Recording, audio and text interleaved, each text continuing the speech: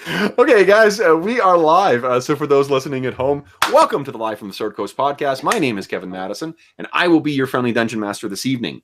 Tonight, we are continuing on with session 4 of our ongoing campaign, playing Cubicle 7's very cool Warhammer Fantasy Roleplaying. And with me tonight are the stars of the Warhammer Fantasy campaign. I'll go in the order that you guys... Actually, I got it on the screen, I guess. So first up is Greg. Who are you, and who are you playing? I'm Gerhardt, and I'm no longer a flagellant. I am a novice of Sigmar. Look at that. Moving on up in the world. Very nice. And you know, you only just almost drowned after taking up your faith. So I feel like there's maybe a message that's being sent from Sigmar. I don't know. I felt like I was pretty heroic. I kept throwing myself back in the water. So that is true. I feel like Sigmar has a fate for me that I have yet to unveil. Excellent. Next up is Dave. Hey everybody, I am Dave. I'm playing Hari Roger, who in the movie version is played by Alex Ponovic, actor from Winnipeg. And yeah. Nice. I'm still just a braggart. You're still just which? A braggart. A braggart. Nice. And last but not least is Jeffrey. Hey everybody, I'm Jeff, and I'm playing Werner, and he's a river warden, and I'm continuing to drink my Johnny Walker Green Label tonight. Nice. You have made... That was from your birthday, wasn't it? No, I just bought this one. Oh, okay. I was going to say, like, your birthday was only a week or so ago. Like, that bottle's half gone. No. My birthday's in February. That was the other guys who all had their birthdays piled up. Okay, right. Dave, what are you partaking in this evening? A little bit of Canadian Gibson's Finest Sterling Edition. Oh, very nice. Which doesn't taste very good straight. So I'm going to try it a couple times, but it's likely going to go into my giant frost. Nice. And Greg, are you living large tonight too? Oh yeah, Wendy's. Ooh, very nice. Wendy's. Did you get a small chocolate frosty though? No. Those things are. Oh, do you like those? I love Frosties, but oh, do you? Oh man, look, it's such. Not. Yeah. It feels like it's a tiny, shitty milkshake. That's about right. Yep. Yeah. Mission accomplished. Okay, so last time we left, you guys faced perhaps your most fearsome foe to date. That, of course, was the river. Moving water? Moving water. That's the right. River Teufel was... Challenge rating 7 water. Yes, a very challenging, exactly. A very challenging environmental encounter. You know, if I actually, I just thought back, I think that the thing that, if you want to say that I've got a DM tick, it's that I try and kill you with the environment before I ever try and kill you with the monsters, because pretty much every campaign I've run the last little while, in the first act of the campaign, there's some kind of environment that tries to kill you. If it's not quicksand, a blizzard in the Astonishing Swordsman and Sorcerers game, the river for you guys twice now.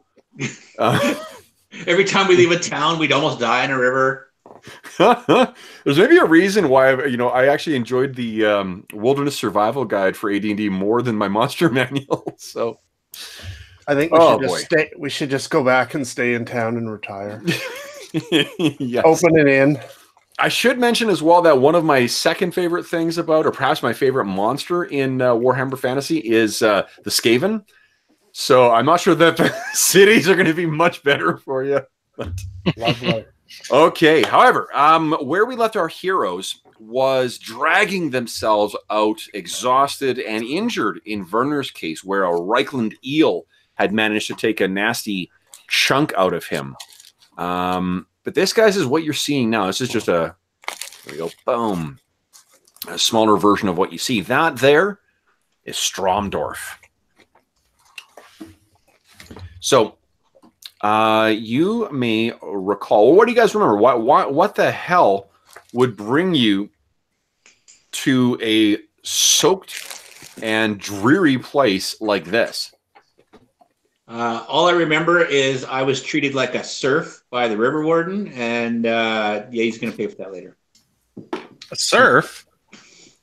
Yeah, you negotiated with that other character, the NPC, and the rest of us just kind of stood around like your little underlings. She was very distasteful. Yeah, she didn't want to talk to you. That wasn't my fault. Oh no! But did you stand up for us? Nay. Nay, you're bronze level. I believe it was 9. Can you step up? No. 9. Yeah, that's right, because you tried to talk to her and she was having none of it. She was really mad at you. She was. That was awesome. Back in your place, Breggart. It's nobody like the nouveau riche. The nouveau riche are, for being very cognizant of, the pecking order. They're kind of the kiss up, shit down types. So, what do you remember? You do remember being dealt with or dealing with her? And as a refresher, that where's her name? Where is her name? I had it written down on something, like a more professional DM would do, and then I immediately lost it. Oh, you know what I might have done though? Notes are hard. Notes are hard. Yeah, well, I have notes, but I've misplaced them. But I may have typed her name for you guys to spell in the chat. I think you might have actually. All I see is bad rolls in a river. Boom! Got to trust the system. Margarita Langenhorn. That was the name of the woman who hired you, and she was part of the Obert Rig Merchants Guild. There was a merchant who had traveled downriver down to Stromdorf to try and sell coal. He had a idea in his mind that he would sell some coal and make off like a bandit, because obviously a place like this, soaked and rainy all the time, you want to be able to stay warm at night. And the name of the merchant is Florian Veschler. I don't know if I didn't see that when I was typing in it, so let me give you the name. Were we not supposed to recover his signet ring or something? Yes. Yeah, that sounds right. Yeah, you were to rescue him if he is alive, and if not, to recover his signet ring, because his signet ring has certain privileges and whatnot that come with it, and they don't want someone abusing those privileges and access. So that's what's brought us to the boggy and soaked banks outside of the what do you call it? Outside of the so wait, Jeff, to be clear, the second name you typed is the Florian guy we're Veschler. looking for. Yes, Florian Veschler is the name of the merchant that you're looking for. And yes, Dave, you are correct. Everything I'm actually using tonight was purchased at this Sentry Box, my friendly local gaming store, and my favorite gaming store that I've ever been to. And that's including ever. To be honest, it is it's the I have not been to a gaming store that has had more and been as impressive when you first walk in as Sentry Box. It's fucking awesome. I have friends who specifically that's when they come into town, that is the only thing they want to have set in stone. Trip to the Sentry Box. Yeah. And Kev, the signet is a ring? Signet's a ring, that's right, yeah. Last time I was at Sentry Box, I had in my hands and almost walked out with several Game of Thrones banners to hang in my hallways. And then I'm like, wait a second. Might not look so good when I finally get a girlfriend. Yeah. That's what you have an office for. Oh. Yeah. Yeah, I keep all my nerd stuff in here. Okay. You put them on the back of all your closet doors. She'll never find them until it's too late. But you'll know they're there. That's right. You can just go stand in the closet and admire your Game of Thrones banners. Sit in the bottom of the closet and look at the House Stark logo. That's Yeah. right. Just she'll be in the front room and she'll be, what's that noise? Winter is coming. Winter is coming. All right. So these, the walls outside of Stromdorf are heavy and old stone walls that stretch up about 10 feet.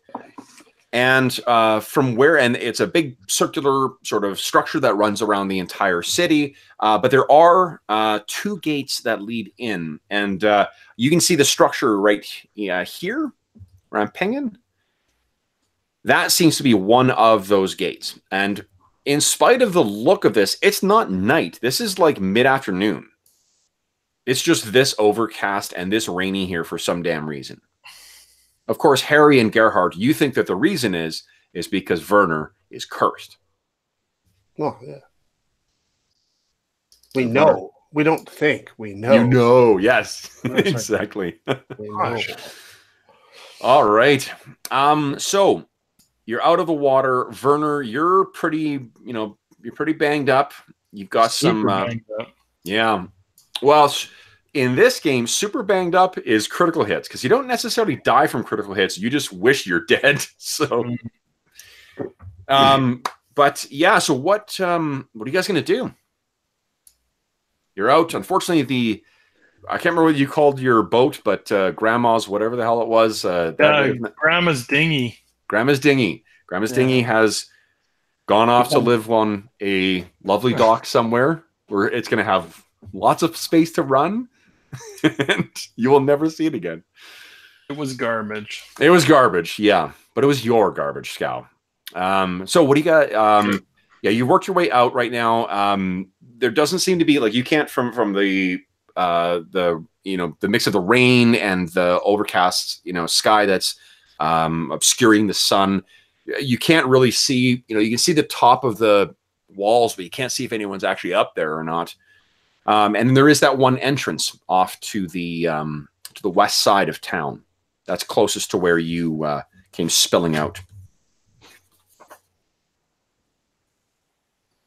What are you going to do? Now, like, are we welcome here? Like, this is... We're welcome everywhere. We're heroes. Have any of us been here before? To Stromdorf? Oh gosh, I can't remember from last time. Maybe. Oh, I told her I had been here, but yes, that's right. We rolled. You said you'd been here. Oh yeah, I've got contacts there. You're like, I don't know anybody. So what are you gonna? Yeah. So I'm not sure. Werner, would you have told the guys that like I've never been here before? Did you just try and? No, I told them as soon as we left. Okay. Yeah, because remember we went and we looked for a map in the church. Oh right, yeah. So there was an old figure out where it was. Mm-hmm. Yeah, we weren't gonna out him to the merchant lady. Nice. All right, so yeah, I don't know. You guys can see that there's that there is a it looks like there is an entrance, and it seems like it may actually be near a road as well too.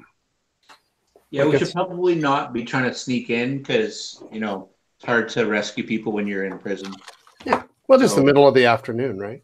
Yeah, and this is so like for the walls, like all cities in the old world have walls on them because that's the only way to really keep dangerous creatures, beastmen, bandits, stuff like that out. It's the way you keep your city safe. So everyone has to kind of go through a city gate. Picture like, I don't know if you've been to Old Quebec or like any city on the old quarter city in Europe. That's what you're seeing here. It's just that it's the walls that keep everyone in the filthy squalor of the city safe. Yeah. So, I mean, we have business in the city, so I don't think there's a reason to believe that we wouldn't be allowed in. No. Right. Yeah, absolutely. Okay. Here we go to the gate. Well, I was just wondering if we can head right to the gate or if we should need to sneak in or what. All right, let's go to the gate. Okay.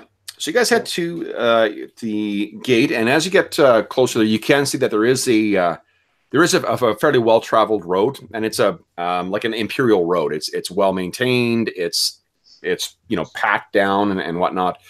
And at the gate as well, the doors them or the gates themselves are actually open. As you approach, which one is it here? You can see that there is a large, there's that big kind of like tower structure that sits over the gate. And then right at the top of it, there's this massive fucking cannon that is that extends out up above or like out into the like just a little bit over so you can see it, but it's clearly displayed. And I'm not sure if any of you guys have traveled as far as Nuln, but this seems to be like the kind of siege weapon that is crafted there, like the pinnacle of Imperial siege technology. It's the kind of thing that lays, sections of armies to waste. But it sits in the rain. It sits. So what was that? Probably took out our dinghy. We didn't realize it. Yeah, no, you would. With a barrel that size, you definitely would notice it. What you also notice is as you approach, there is a. Let's see here. Each watchtower has a conical red tiled roof, and there is a black eagle motif of Reichland that is emblazoned on white flags that sag on each turret. And those are, of course, soaked and kind of flapping in the wind. There are, let's see here. As you approach, there is a white liveried representative of the town watch who is armed with a halberd. So as you walk up, he says, "Ho there." And he looks you guys over. Caught in the mud, were you? Muddy River? Yes. You were caught in the river? Almost drowned, I think would be correct. Oh. Well, you're either a brave one or, to brave the weather in this, to brave the water or the river in this weather. Where are you coming from? Obert Rig. Obert Rig? Yeah. Obert Rig. And what's your business here? We're here to meet with the merchant Florian Weschel. Florian Vesch. Okay, That's all right. 2 brass each. Do we expect this? Wait, hold on. No, only wheeled traffic and beasts of burden. So he kind of looks. You say you got business with the league, and he kind of looks you over. Did you lose your wares in the river? Or No, we're agents of the Merchants League. We're looking for this merchant. oh. I step forward with my livery of Sigmar. Okay. Yeah, he says, "All right, very well. In you go." And he gestures in, and then he makes his way back over to this little like wooden shack that keeps him out of the rain. And he goes and sits down sets the halberd next to him, and he kind of stares off into the rain, waiting for the next person to arrive. And you guys make your way in to the walls of Obert Rig. So let's take a look and see what is this the right one here? Yeah, let's give you some impressions here. What Obert Rig looks like inside. So, guys, these are some views of Obert Rig. So, on the top left there, this is sort of what the alleyways look like. It's actually top left, top right. The pounding rain, the soaked and sodden alleyways. They do have, like you can see on the top left there's planks that are set down in the river. So the main thoroughfares are sort of that you're able to walk across those to keep yourself out of the mud. But as soon as you go down any of the back alleys, it's just a mess. You're walking through, mud that kind of goes up to your mid shin or mid calf. So I'm assuming you are sticking to the main roads. As you get closer to the center of town, to the Market Square, that's when the kind of the mid area, that's what you can see. There are people. This place isn't abandoned, and it's funny because I mean, concept art always or often seems to just want to have just one thing or the other. It's either focusing on characters or it's focusing on landscape. But I think it's more that it's a pain in the ass to be painting both people and landscapes. So a lot of the images I'll be using here have absolutely no fucking people in them. But that is not the case. What you actually see is that there are people moving around in this, but they've got their, their cloaks up. They're moving their way along, and they're really making no effort. I'm not sure how much, interaction you're trying to have with these people, but they're really not making any effort to try and interact with you. If you do try and make eye contact, they just kind of ignore you and go about their business. So that the bottom one we don't need to deal with right now because that's actually not in town. That's for the eventual destination for your characters. So, so what I'm going to do is just let me switch you over here. I'll give you some more handouts here, guys. Here we go. If you want to take a peek and remind yourself what alleyways look like in Soken Stromdorf. And and then here is as well too. Boom. It's a little map of old Stromdorf. Cool. So if you take a look here, you can see that it is the what is it called? Whoa, there's no way my eyes can read that. I think I need glasses now. That's weird. Hey, River Warden, there's a road we could have taken. Of course. This is a long way. So it is the I think it's the Sumpfstraße is the main one that you're going down there, and it looks like this is a unusual looking map, but what it really looks like is those soaked streets in that top left one, or that handout that I sent you guys. So you make your way down there. You pass the things that really stand out is when you get through that first gate there, the western gate. You can see to your right there is the barracks, and the barracks have a distinct kind of militaristic look to them. They right here.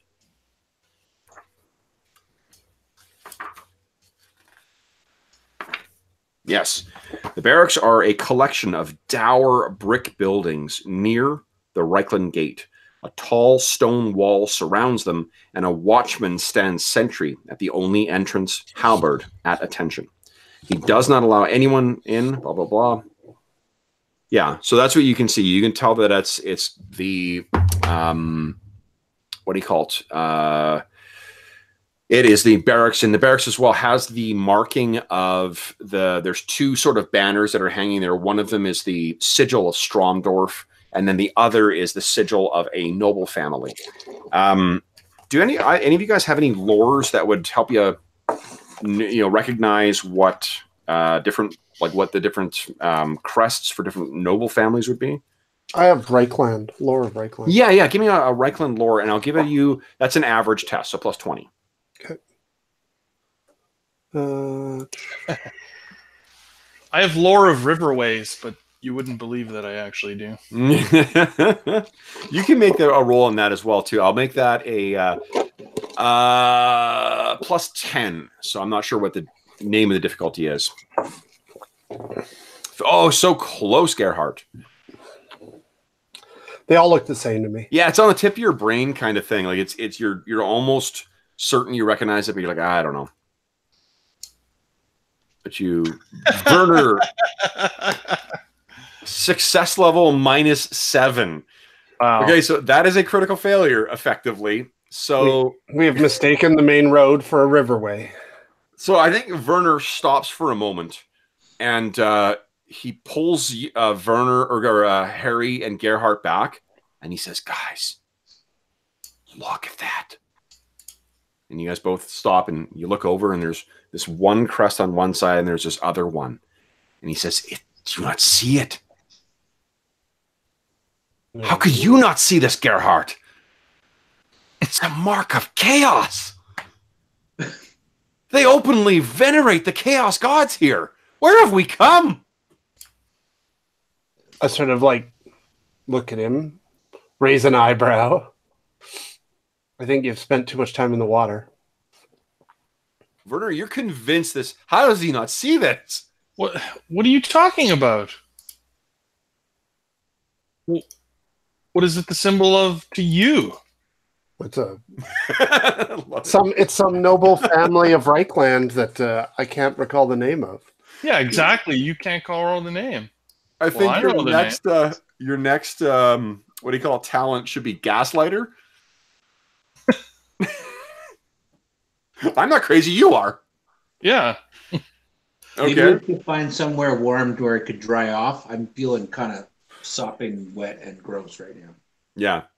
Well, it's great. You can imagine too, like the rain is at this point, it's not quite as bad as it was when you're out on the river. Like the river itself was really brutal, but it's not like, buckets of rain are being thrown down. It's sort of like a steady mist of rain that's coming. So you can't find a place to get dry, but it's not the same kind of, torrential rain that say you encountered when you guys washed up and encountered that roadside inn. But still not pleasant, though. So, Werner, what do you make of this? I mean, and these are the barracks, too. There's a guy standing out there with a halberd who seems to so brazenly display this mark of chaos. Yeah, like what about this guy? Can't possibly trust him. I'm going to go speak to him. Yeah, I'm going the other way. Love it. Okay. I don't think this is going to end well when he goes and accuses the town guard of worshiping. Are they clearly the town guard? Yeah, oh yeah. He's dressed in the same kind of white livery, and he's got a halberd standing outside. And as you walk up, you think you can see maybe like a guy is coming, on duty. So he steps out. So that's that this is a town, because this guy is kind of getting out of one of the barracks, closing it behind him, and he's got a big halberd in his hand. He's wearing the same stuff. This is clearly where the town watch or town militia stays. Okay, so I would be a little bit careful with this. So I bring him over and show him the symbol, and I'm like, what is this the symbol of? Yeah, well, and I guess here's the thing, too, is that you've got no direct experience with... Oh, no, you do. You've got that experience with chaos when you had that fucking idol. The thing that you all sort of... So the way that chaos is kind of portrayed in the old world in Warhammer is kind of like how the devil was portrayed in the medieval period, where like anything that's potentially sinister or even like scapegoated is kind of like, it's chaos. Chaos is behind this. Only the difference being is that whereas there is no devil and there was no fucking, no reason for that shit. It was just crazy beliefs. In this, there's a chance that it's there. There's a chance it's actually chaos, and chaos is fucking horrible, like really terrible stuff. It has consumed some nations to the north. It's said that the Norskins are complete barbarian worshippers to chaos. So it's like a wave of corruption that would consume the last light that is the Reichland and some of the lawful nations or the ordered nations in the south. So like that's the level, if in your mind these things are displaying openly the sigils of chaos, like right. They may have some power here. I mean, the Church of Sigmar, why is Gerhardt not more upset by this? This is crazy. Right, but at the same token, I'm not necessarily just going to, like, outwardly call them out. Exactly. That's what I was getting at. Too yeah. dangerous, yeah. Why don't you do this for me? Why don't you give me average intelligence check, please? Okay. So it's int, and average is plus 20. Let's give you add 20? Yes, plus 20. Although remember, you don't put the plus in it, otherwise it'll yeah, right. Yeah. Success. Okay. So why don't you walk us through the logic that Werner walks through to reach the conclusion of like, maybe I'm mistaken here. Well, I definitely think that he would, he might have talked to the guard about it, but like in a very general way of just like, Yeah. What is this the symbol of? And then when it sort of matched up with what Gerhardt was saying, then maybe he would believe him. Like, there's no way they could have coordinated that lie. Yeah. And he does sort of trust Gerhardt. So the symbol is what he says is that is a sigil of House Jungenfreud. Oh, okay. Oh, I was extremely confused. I thought it was a dangerous symbol. He looks at you. Where are you from?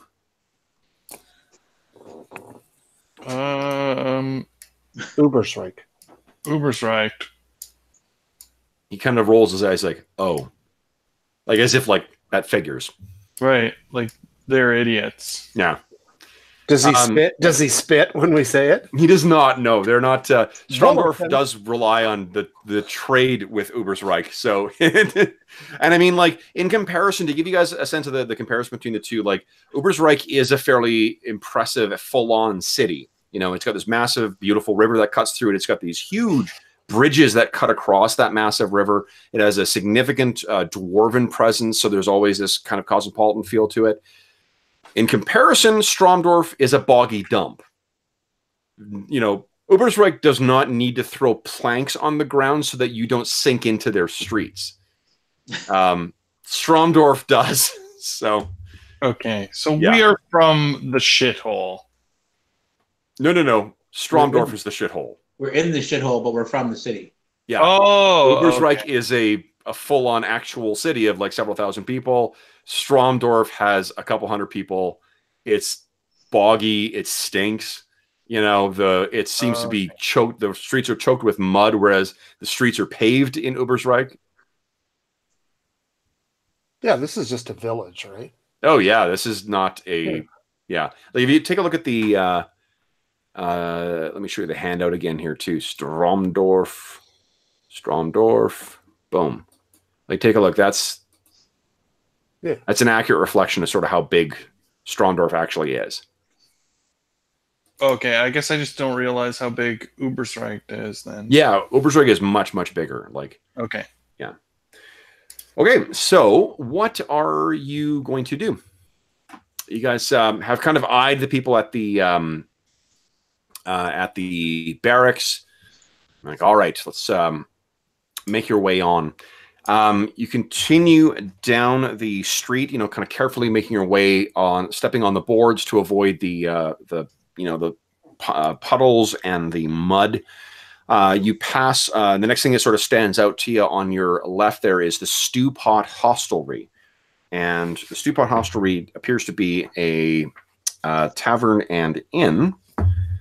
And let's see here. So when we took this contract, did we get paid any money in advance? You did not.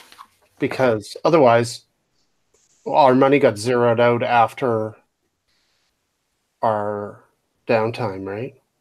So we don't have any money. Oh, yeah, that's right. You guys would have had to have been paid something.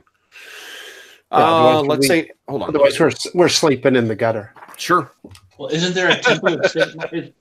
Gerhard, is there a temple of Sigmar here that might put us up for the night? Well, they might put me up. You heretic. Unbeliever. Well, I don't think they like you. I mean, we could go sleep in the pews or whatever, but. Sure. Okay, so I actually love the fact that that's what happens, that it zeds you out for money or zeroes you out for money. Because it's great that, like, I need to find a fucking job where I am sleeping in the alley. That is very Warhammer. Yeah. Okay, so one sec here. I'm going to see how much the cost of... We might not be that against sleeping in the church. No, that would be... I think they would require donations, though. Yeah. Still, he's a member of the clergy. Gerhard Even then, I'm just like a novice, right? Yeah. I'd have to go and beseech the priest. So Okay. we'd owe him big time. We killed agents of chaos. And we'd end up sleeping in the stables or something. Didn't we also destroy a chaos altar or something? And We did. Agents of chaos? And if there was a broadsheet we would be famous. Mm-hmm. But alas, our heroics have gone unrecognized in the small metropolitan town of Stromdorf. Okay, where is it here? I've got As well, the other thing I was going to ask you is, did she give us a contact or somebody to talk to here? No, she was, because you guys said you knew people there. Oh. Yeah. Werner was like, I got this, no problem. Okay. So you guys didn't even bother to ask whether there was So I'm anyone. guessing that building across from the hostelry is the captain. It says Captain Hessler's Captain office. Kessler's office. Yes, that is. Actually, I've got a bigger version of this map as an actual page here. One second, let me move us over there. Boom. I'm sure we'll find someone to talk to. Quit being so worried, you guys. So the things that you see here, so there's the barracks. Captain Kessler's office appears to be and I actually think it's off the market square. It's not on the. Gosh, already forgot the name of the street. I know it's Strasse, but I don't remember what Strasse it's on. Where is it here? Stewpot Hostelry. Schumtzi-Strasse.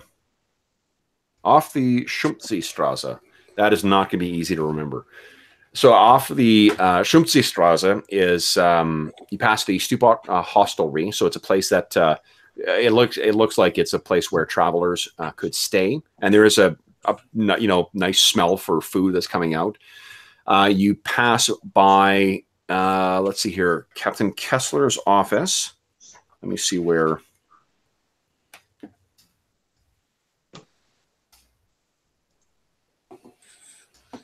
Yeah, that's actually not on the on any of the main streets there. It's tucked back a little bit. But you do make your way into Market Square. And Market Square has a couple of different interesting features in it. For one, it still has a bunch of merchant stalls and whatnot that are set up in there. You can see where Town Hall is at the bottom.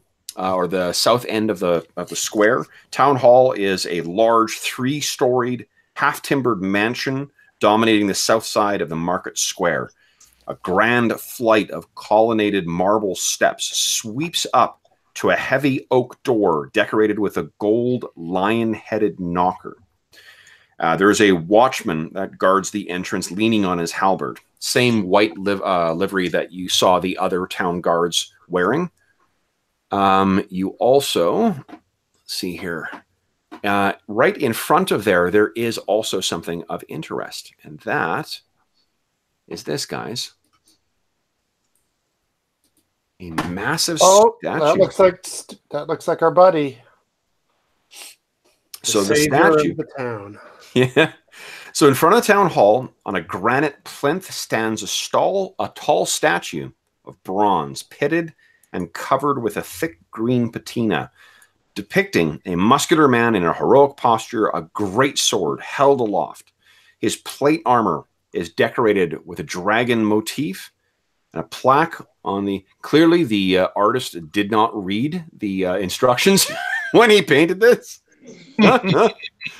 Here's a key bit of teachable moment for any commercial artists at home. It's important to read the art instructions when you get an assignment.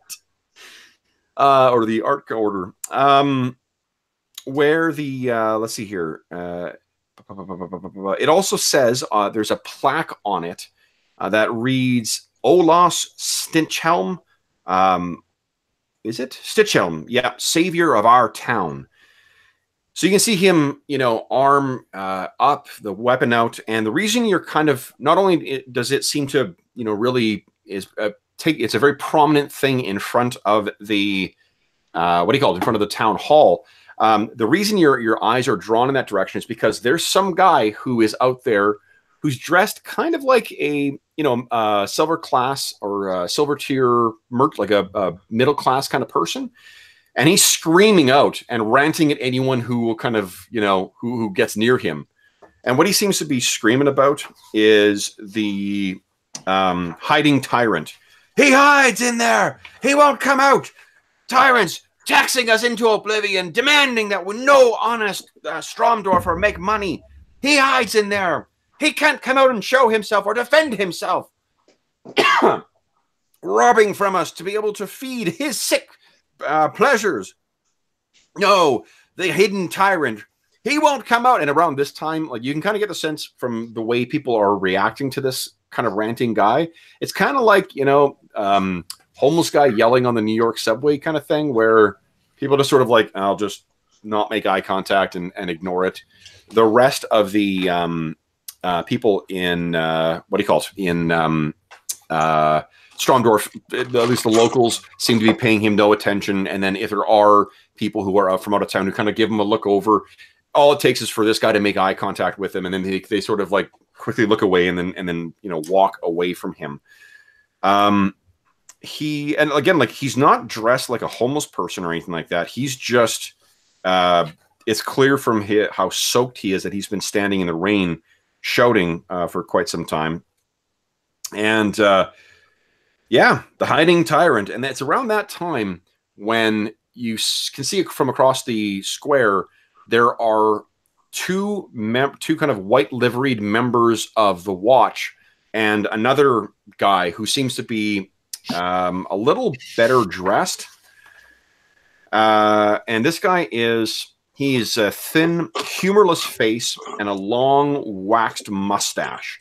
A black leather eye patch covers his right eye, and his good eye has a piercing stare that is fixed on this guy who's screaming.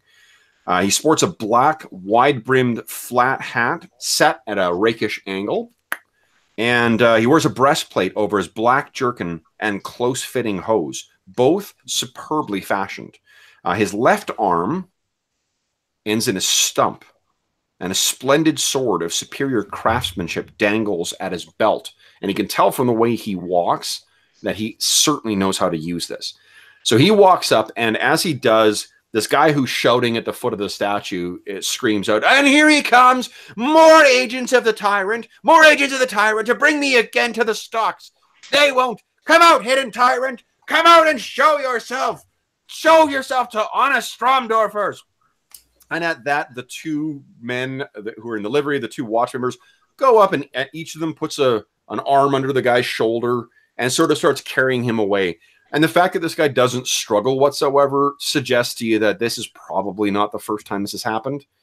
The guy with the eye patch and the badass mustache says nothing to this guy. He just walks over, and there's a moment where they sort of, you know, exchange glares at each other. And then for a brief, blessed second, this ranting idiot is silent as they sort of glare at each other. And then as he's being dragged away by these watch members, he continues shouting more about the hiding tyrant. "You can't fool me! You can't be oppressing us forever! We will rise up! We will!" And then he's going to, you know, you guys get to have figured there's enough of the show that has been seen here, and you're ready to take in what else the Market Square has to offer. Would you guys give me each... I look at the guys and I say, I don't think they know where... that guy knows where Florian is. Mm-hmm. Nice. Okay, so when you guys... what about Mustachio? He looks connected. He does. Yeah, I mean, like, he definitely looks like... is he wearing any symbory? Like, does it look like he has any... like, is he the captain of the guard? Yeah, you get the impression that that's what's going on here. Okay. The others seem to be, you know, he, without a word, was able to command the members of the watch. So it makes you think that that's likely what you've seen is the guy who is the head of the town watch. Right. Eye patch, badass mustache, and rakishly tilted hat. I think that in the film version of this, he'd be played by a young Sam Elliott. Mm. So he's got that earthy but like tall, lean kind of quality to him, and you know he's taken 6 levels in grow mustache, so it's really impressive. But he turns in and walks away, and you can tell that his one good eye is still kind of like, you know, taking in the square. Do you take any notice of us?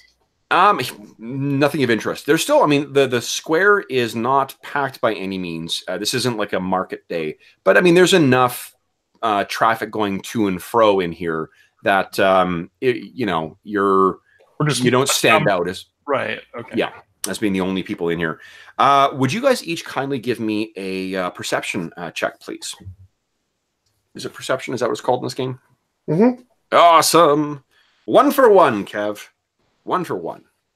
And I'll give you a plus 20 to those as well. Oh, but Harry gets a fumbling failure. That ain't good. Gerhard, you did not add your 20 to yours, though. Oh, no, that'd still be a failure. There we go. There we go. Awesome. And Werner, we need your nice critical success. Oh! Making up for my critical failure earlier. Okay, very good, very good. Okay, so here's what you guys can tell. You're sort of taking in, you know, what's in here. One of the things that characterizes the square is that there are a ton of very rich-looking residences, like mansions, that sort of flank the square. So you get the sense that these are both stores, you know, storefronts, and then very wealthy merchants that are living above the stores at many of the different places in here. The fact that the town hall is in here as well, and these things all sort of flank around them, that's likely, you know, that's likely something that indicates the importance of the people who live right around here. So the other... did it look like the crazy guy was ranting at the statue? Was he ranting at somebody's house? No, he was near the statue. He was ranting back at the town hall, actually. Oh, okay. Yeah, he was pointing up at windows up in there. He hides! The hiding tyrant!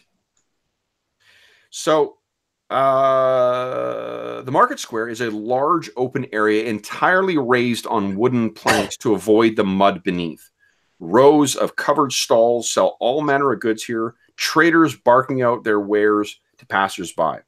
Surrounding the square are impressive buildings of stone, brick, or half timber, which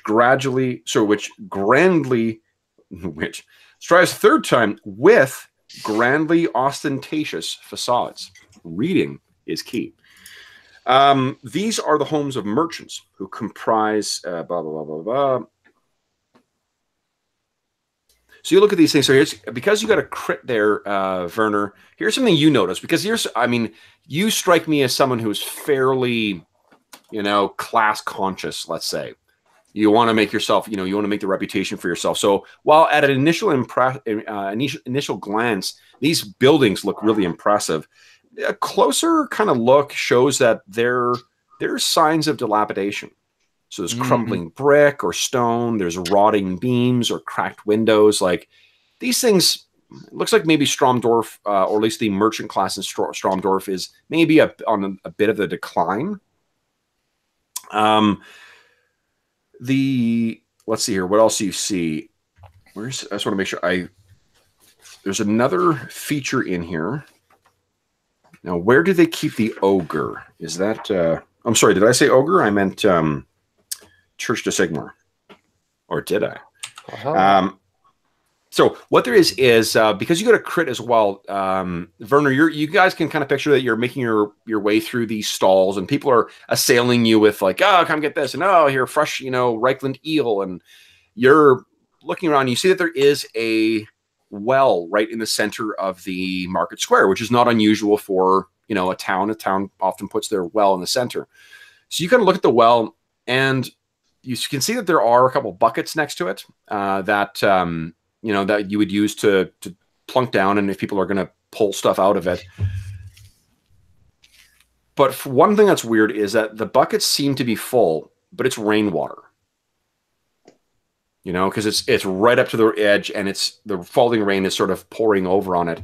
And in time, you're kind of like, even though it you know, it rains like a shit ton here too, the fact that there's a well in town, that's probably the thing people would access, because it's easier to do that way than to try and set up some kind of rain cistern, particularly if you don't have a roof, I guess. But the thing is that you don't see anyone access that well. You know, you keep going back, and that's very weird. A town, there's at least, you know, someone somewhere, that needs water, a servant coming out to get water for, to boil their master's meal, or a baker that needs water to, to make their dough or whatever. Nobody accesses that well at all. That's what you get for your crit. You also see next to the well, there is a small shrine. And you can make you've got a lore religion check, don't you? Or skill? Gerhard? Oh, yeah. Yeah, Gerhard does, yeah. Give me, so at plus 40. Because you'd have to be fairly thick to not recognize this. Oh, here we go. Yes, that's why I gave it the preamble. How thick I could possibly be. See? Whoa! Right on the cusp, but a success is a success. What you see next to there is a small shrine, which Gerhard, you recognize as a shrine to Shalia. And Shalia is, of course, the goddess of mercy.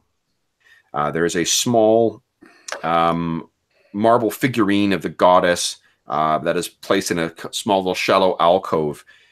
And there is the odd person who, while they don't touch the well, you do see them walk up to the figurine and kind of, they rub it and then carry on. And it's the kind of like idle, ritualistic way that, say, like, the Catholics, make that sign of the cross thing. Clearly invested a lot of levels in religious lore myself.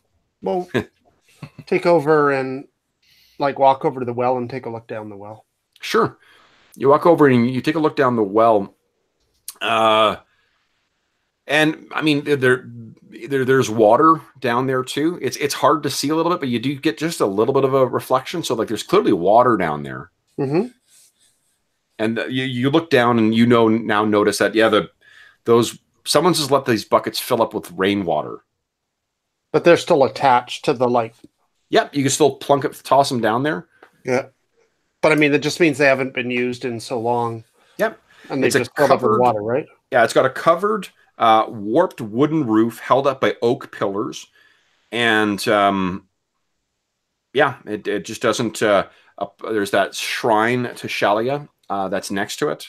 Unless they're collecting the rainwater on purpose. Yeah.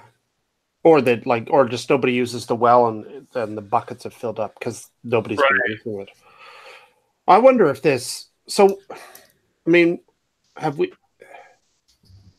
in what instance would something like this happen? So is this the equivalent of like a roadside shrine when there's an accident or something? Did someone fall? Do these type of shrines get put up when something bad has happened?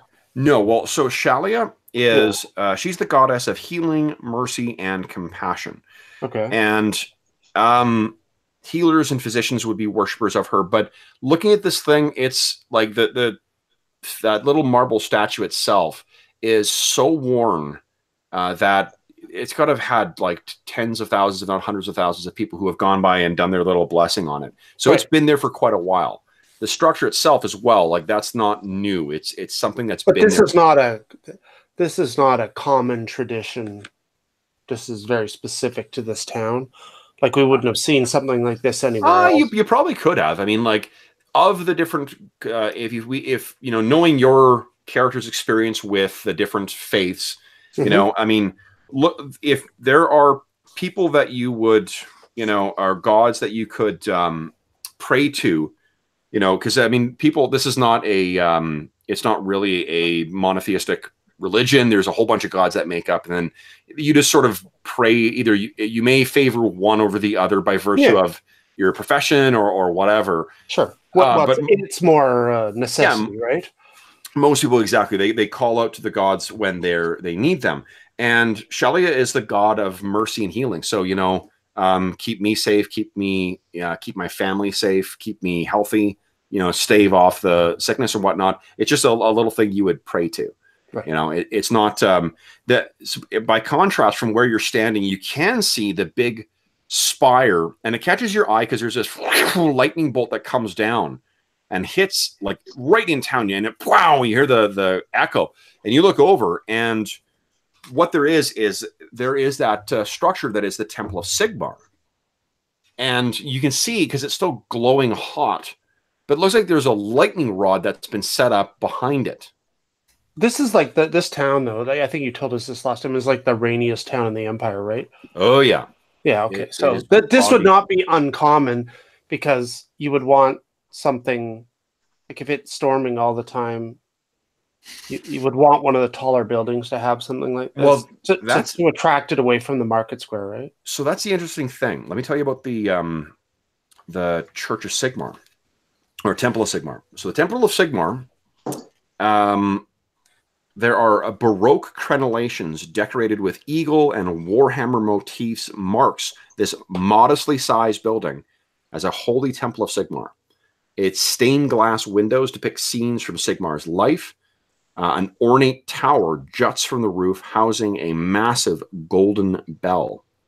And at the back, that's where that, what do you call it? The lightning rod stands. But the lightning rod itself, if you compare it, you look like the town hall is bigger and taller than what this is. And maybe one or two of the buildings around are actually bigger than this as well. Sigmar's, the things that characterize Sigmar, apart from like kind of the Baroque features and kind of Gothic whatever structures, is solid strength. It's not lofty, arches and shit like that. Yeah.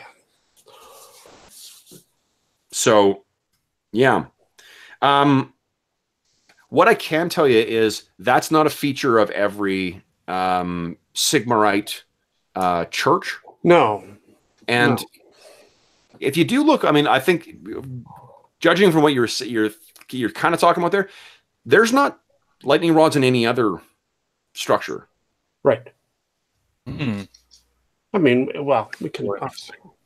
So there's the well that is there. There is the shrine.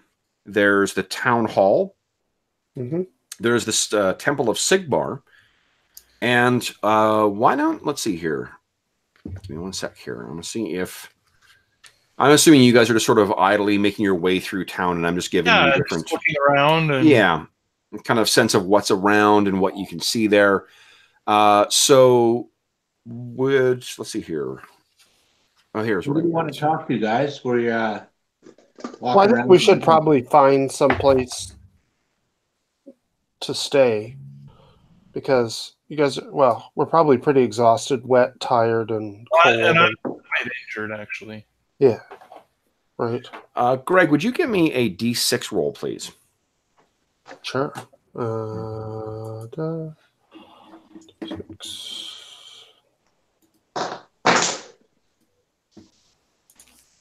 Five. Okay. Oh, interesting. Okay, so as you're walking through, you can hear that. So there are a set of heavy double doors that stand ajar, allowing worshippers entry into the shadowy, candle-lit sanctum within. And from in there, you can hear the sounds of a ceremony taking place. And the congregation is reciting war hymns in concert with the voice of because it's one person, then other people kind of call and response stuff. You're guessing it's the priest. Okay. So is this normal for a Temple of Sigmar? Yeah, this is sort of what Sigmar is a god of battle and whatnot, so that's the way you pray, right? Like regular church service type thing. Regular church service, yeah. So it sounds like someone is in there. If you poke your head in there, you can say, you can't see the old priest who is conducting the service. Okay. Wearing his plate mail with his hammer. Yeah. Oh, he actually is. This is Sigmar. Sigmar does not fuck around. Within there's an old bald-headed priest in full battle dress who is leading the worship at the altar.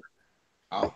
you know, and I'm not going to inflict either my poetry or my chanting on you, but I'll leave it to your imaginations to imagine what the sort of like, you know, the stirring kind of battle chant or battle ditty that they sing in veneration of the hammer of the Empire.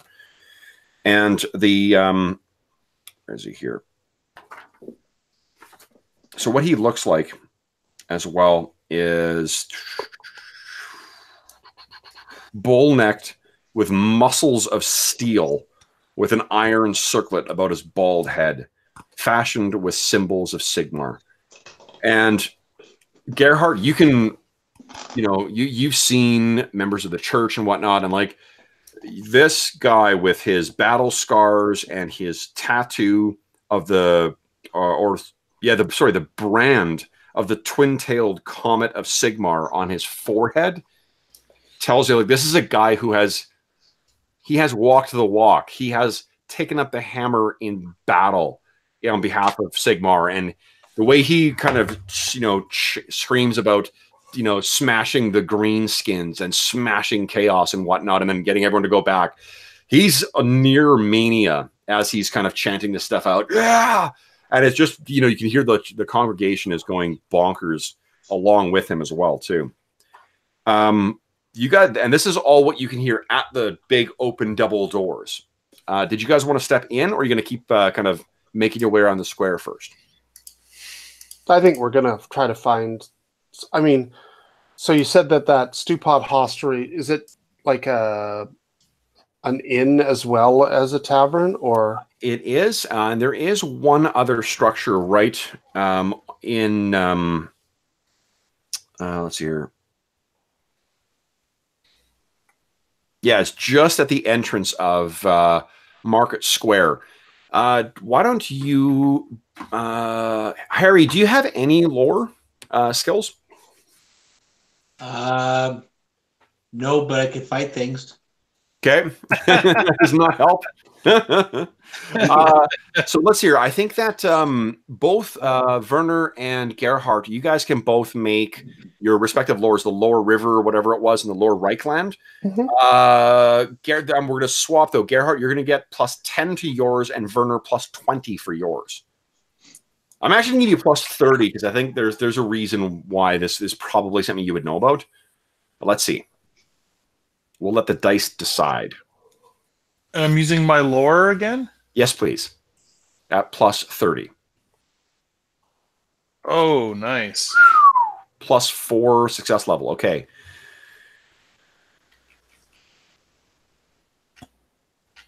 So because we established before that you actually haven't really spent a lot of time here, I am going to say that, and Gerhardt does not, you never heard of this.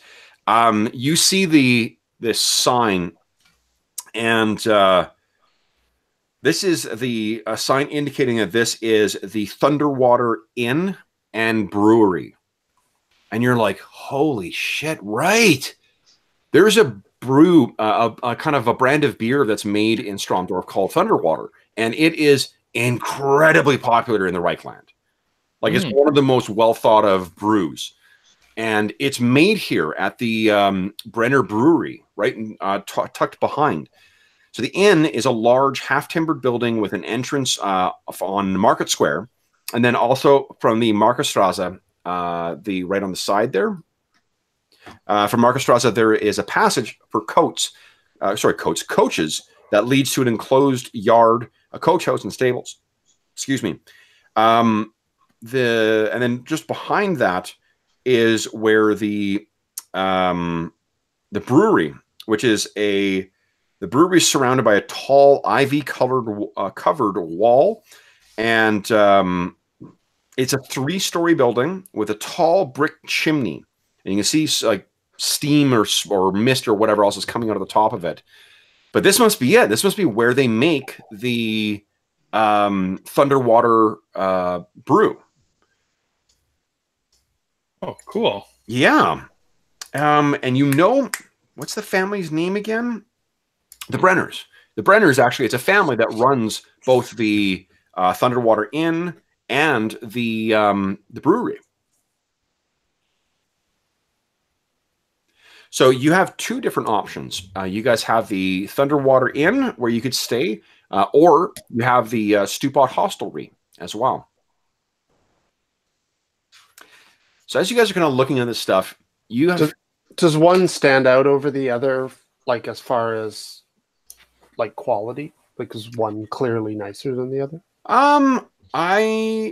Yeah, I mean, I think the Thunderwater Inn is probably better maintained than the Stewpot Hostelry. The food did smell good at the Stewpot Hostelry, but you know, the Thunderwater, from the way that Werner kind of reacts to it, it makes you think that you know, this is the Thunderwater Inn is also much bigger than what the Stewpot Hostelry is. Right. It also means it probably costs more. Oh yeah. So did we actually have some money? Did we get paid some money? So yeah, I'm gonna say you have some money. Okay. So I'll give you 20 shillings. Okay. So enough that we could stay. In chat, Arlen says, "Did someone say inflict poetry on people?" Arlen plays in two of my other games, and we always open with him reading one of his poems. Oh man! So what we'll do is actually, we've got a poem from Arlen from chat. So when we do our break, we'll come back and start up again with Arlen's poem. So as you guys are standing there, this kind of here can see out of the corner of your eye, someone walks up. You don't get to, the players who are playing don't get to read their poetry? Oh, Dave, if you wrote poetry, buddy, you are more than welcome to read your poetry. Of course you are. I will find something suitable. Perfect. Okay. So what you see, Harry, is, I think because you haven't had much to do right now, you're kind of looking around like, oh, why is there not someone I can... And you see this guy walking up towards you. And this guy, he has this big kind of floppy hat, which is clearly in the Estalian style. And he's got this sort of like finery on him, fine-looking clothes, tight pants. And Estalia is effectively kind of like an ersatz Spain. So this guy comes walking up towards you guys, and he catches your eye first, Harry. And he's got a beard and mustache, but it's all kind of curled up. And I'm kind of picturing in the film version of this, is Diego Rivera, is that the guy who played, who's the guy who played the what's his name, Cassian Andor in Rogue One? What's it? Yeah, that's Diego. No, is that son? It's not Diego Rivera. I got the wrong name. I don't know. I have to Google it. Diego Luna. Diego Luna. Okay, so he would be played by Diego Luna with much longer hair. So this guy walks up, and you can hear a fawap, fawap, fawap, and you realize it's the soles of his shoes that are kind of like because his boots are effectively like starting to come apart. But he walks over, and in spite of his sort of ragged, clearly slept in the mud last night kind of appearance, a little bit washed off by the rain, he comes walking up to you and bows down low, his hat suddenly out of his hand, and comes up again, and he says, "Good afternoon. My name is Eduardo Castillo Rodriguez. You are new to town. I am here to help you with your knowing your way around Stromdorf. You need only, if you find my services helpful, you need only buy me a small portion of a meal and a drink. And I can tell you about the time that I found the lizard men deep in the lands across the sea. I can also tell you when I broke a queen's heart." And he has this twinkle in his eye and kind of leans in. "What brings you here?" So I give him my most grim-faced Priest of Sigmar look, and I sort of look down at him. "A devotee of Sigmar. Have you come here to study with Lector Magnus?" I have not. So here on your own, not to replace Lecter Magnus. He is getting on in age, but he is not ready to retire. No, I can hear him clearly from here. Indeed. Well, what brings you here then, my bald friend? Oh, we're just travelers on the road. Travelers on the road in need of a place to stay, then. Have you, you have so many options. Perhaps we should discuss this inside with food and beer. He talks funny, Gerhard. Why does he talk funny? He's one of those foreigners. We should have built a wall. Forgive me. Again, my name is Eduardo Castillo Rodriguez, and I am from Estalia. You are correct. You have a keen and discerning ear, my friend. I do.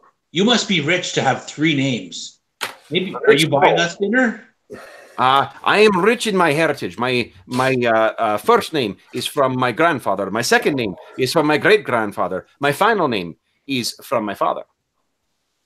We are rich in heritage, but sadly, that is all I can say I am rich in now.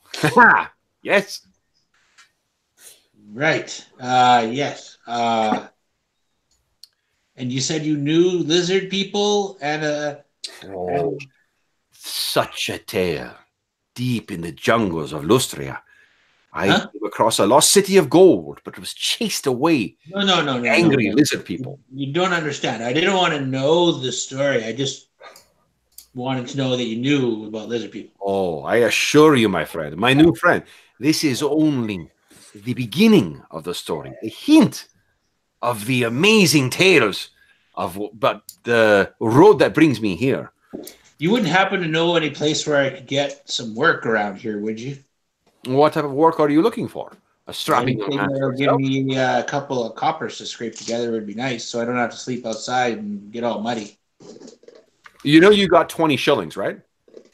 Yeah, but I'm not telling them about that. Oh, okay, yeah. Give me. Let's see here. Let's see if you can pull a fast one past Eduardo.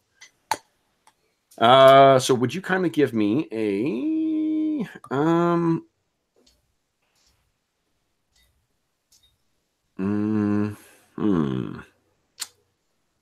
I guess it's charm. It's like one of my lowest stats. This is one of my favorite. I love when players try and do things that their characters suck at. It's awesome. I thought about intimidating them, but I don't feel like it today. I'm kind of been roughed up by the river, so. Okay, go ahead.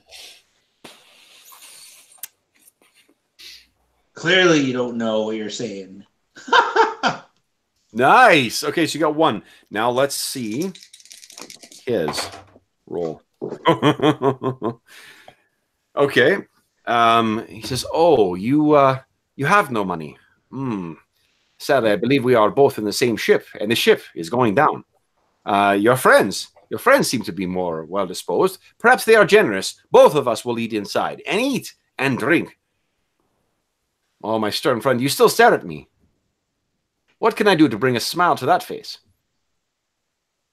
I'm cold. I'm wet. Almost drowned in a river. It's a great story. I could tell you all about it. Oh, you, my friend. We are in this together. You and I. We need a place. We need not sleep in this rain anymore, in this stinking mud. What about you? You, the warden, river warden. What brings you here? Are you with him? Surely you would not leave your friend to sleep in the rain. Well, he could use a night in the rain.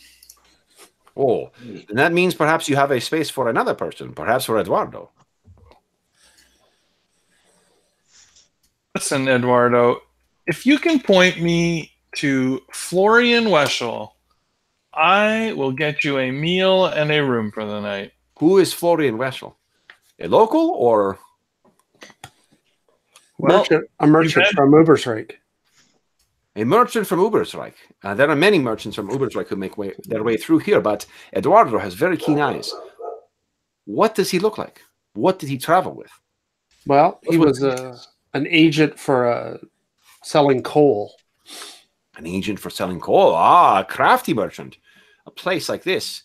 Any warmth that one can steal to escape from this damnable rain. He's obviously a welcome sight. Coal, though.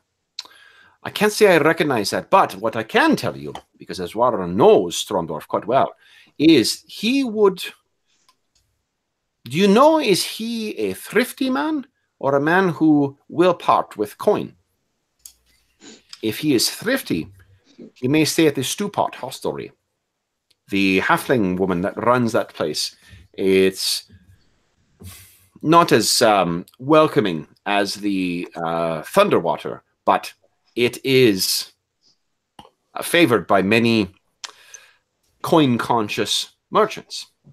If he is someone more in look of company and is willing to spring for some luxuries, then the Thunderwater would be where he may have stayed. How did he reach here? By boat? By cart? It was by cart. You guys know that. Yeah, I would expect he took the road. He took the road. All right. And do you know what his cart looked like? His horse? I imagine it had 4 legs and 2 wheels. One would hope. At the very least, a successful merchant hopes for a 4-legged horse.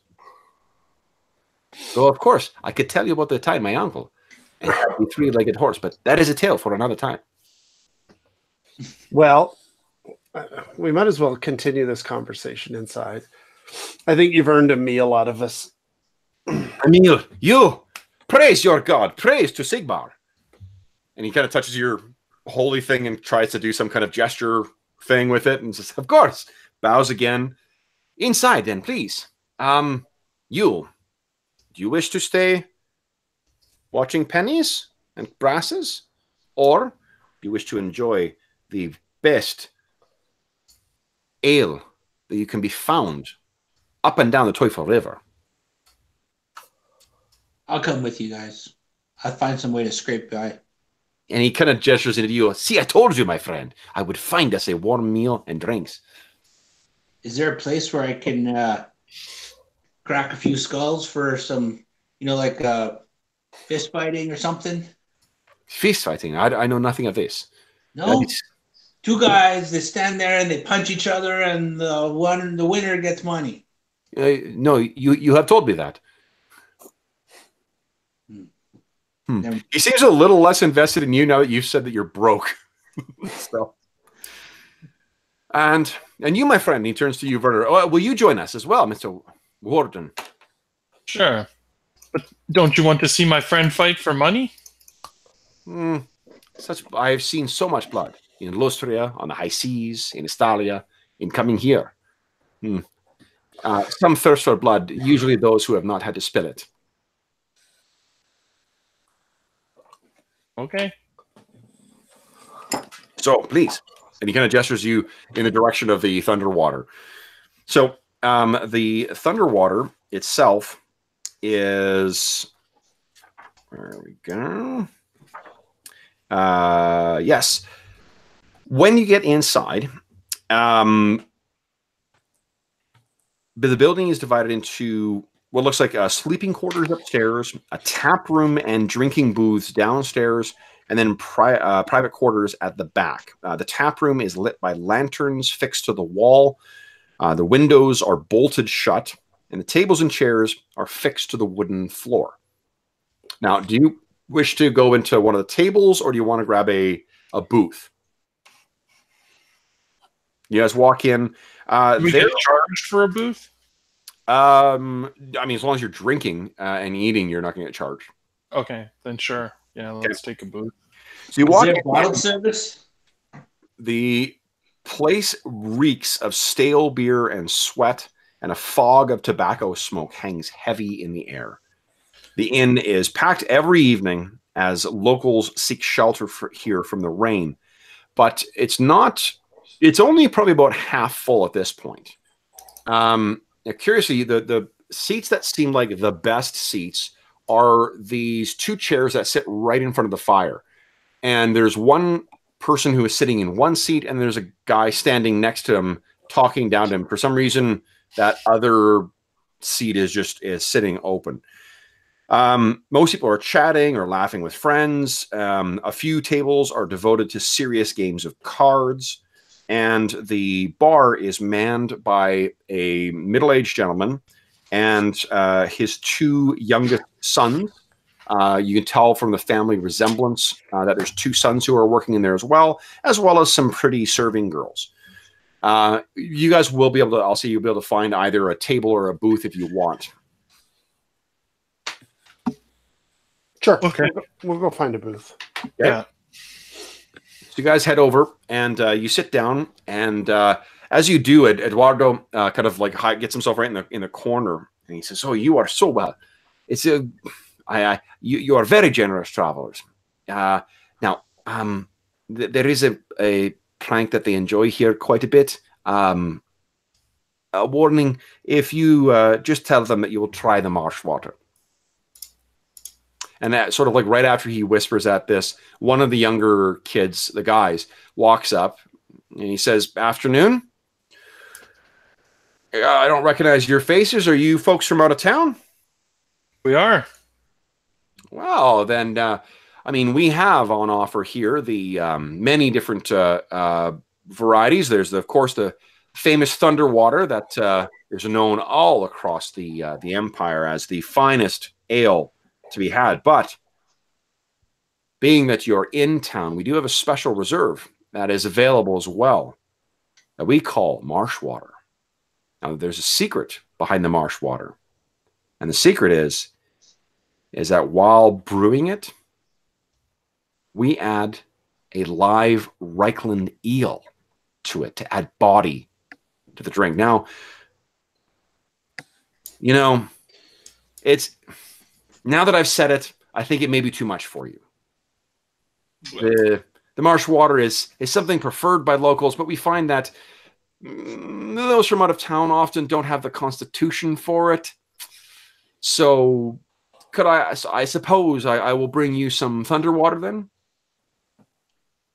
I will have Thunderwater. I've had enough Reichland Elo for one day. I was going to say, Werner, if it has... Oh, no, I'll show him the giant wound. If it has much bite, Werner, you might not want any. Yeah, exactly.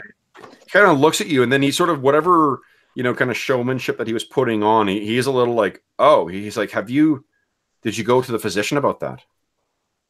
Not yet. I'm here for a drink. That's right. He's waiting for it to fester before we go get it dealt with. Well, if the physician can no longer help, there is the barber surgeon. Though amputation. Amputation. And then he sort of shakes his butt. But of course, take this section of your chest out, and you too, the priest. You don't want. It will be too tough for you, I imagine. The marsh water. Is this some sort of game? Game. I look at it. Make a game. I'm simply looking at what is best for we at the Thunderwater want to ensure, and all members of the Better family want to ensure that those who come from out of town enjoy only the very best of experiences. And past experience has suggested that those from out of town are not sturdy enough to really handle a heady brew as strong backed. And what was Eduardo's comment about the marsh water? If you look over at him, he's kind of doing this. Well, no, but he said before that they play a prank on visitors. Yes. Okay. Yeah. So if you do look over at him, he kind of like is like as if like go along with it. Sure. Whatever. Whatever you guys want to do is fine. Let's just get some food and something to drink in. Okay. So, Harry, I guess it's only you and Gerhard is sort of glaring. What are you ordering? The Thunderwater or something else? Something else. The marsh water. I'm going to keep playing it cool. Okay. And I'm going to go ask him for some penny ale. Oh, we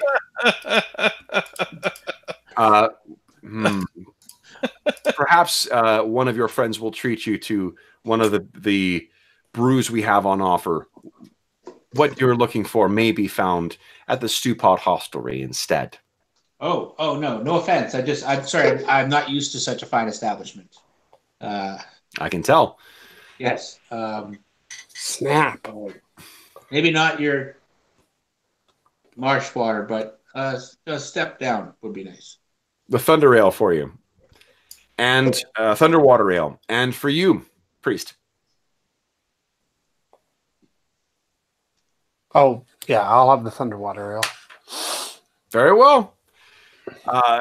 And he walks away. He seems a little depressed that you didn't go along with their regular prank.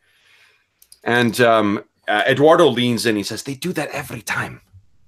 Every new person. If you get this marsh water and you concede to it, they put a fish in it. The family. Sick."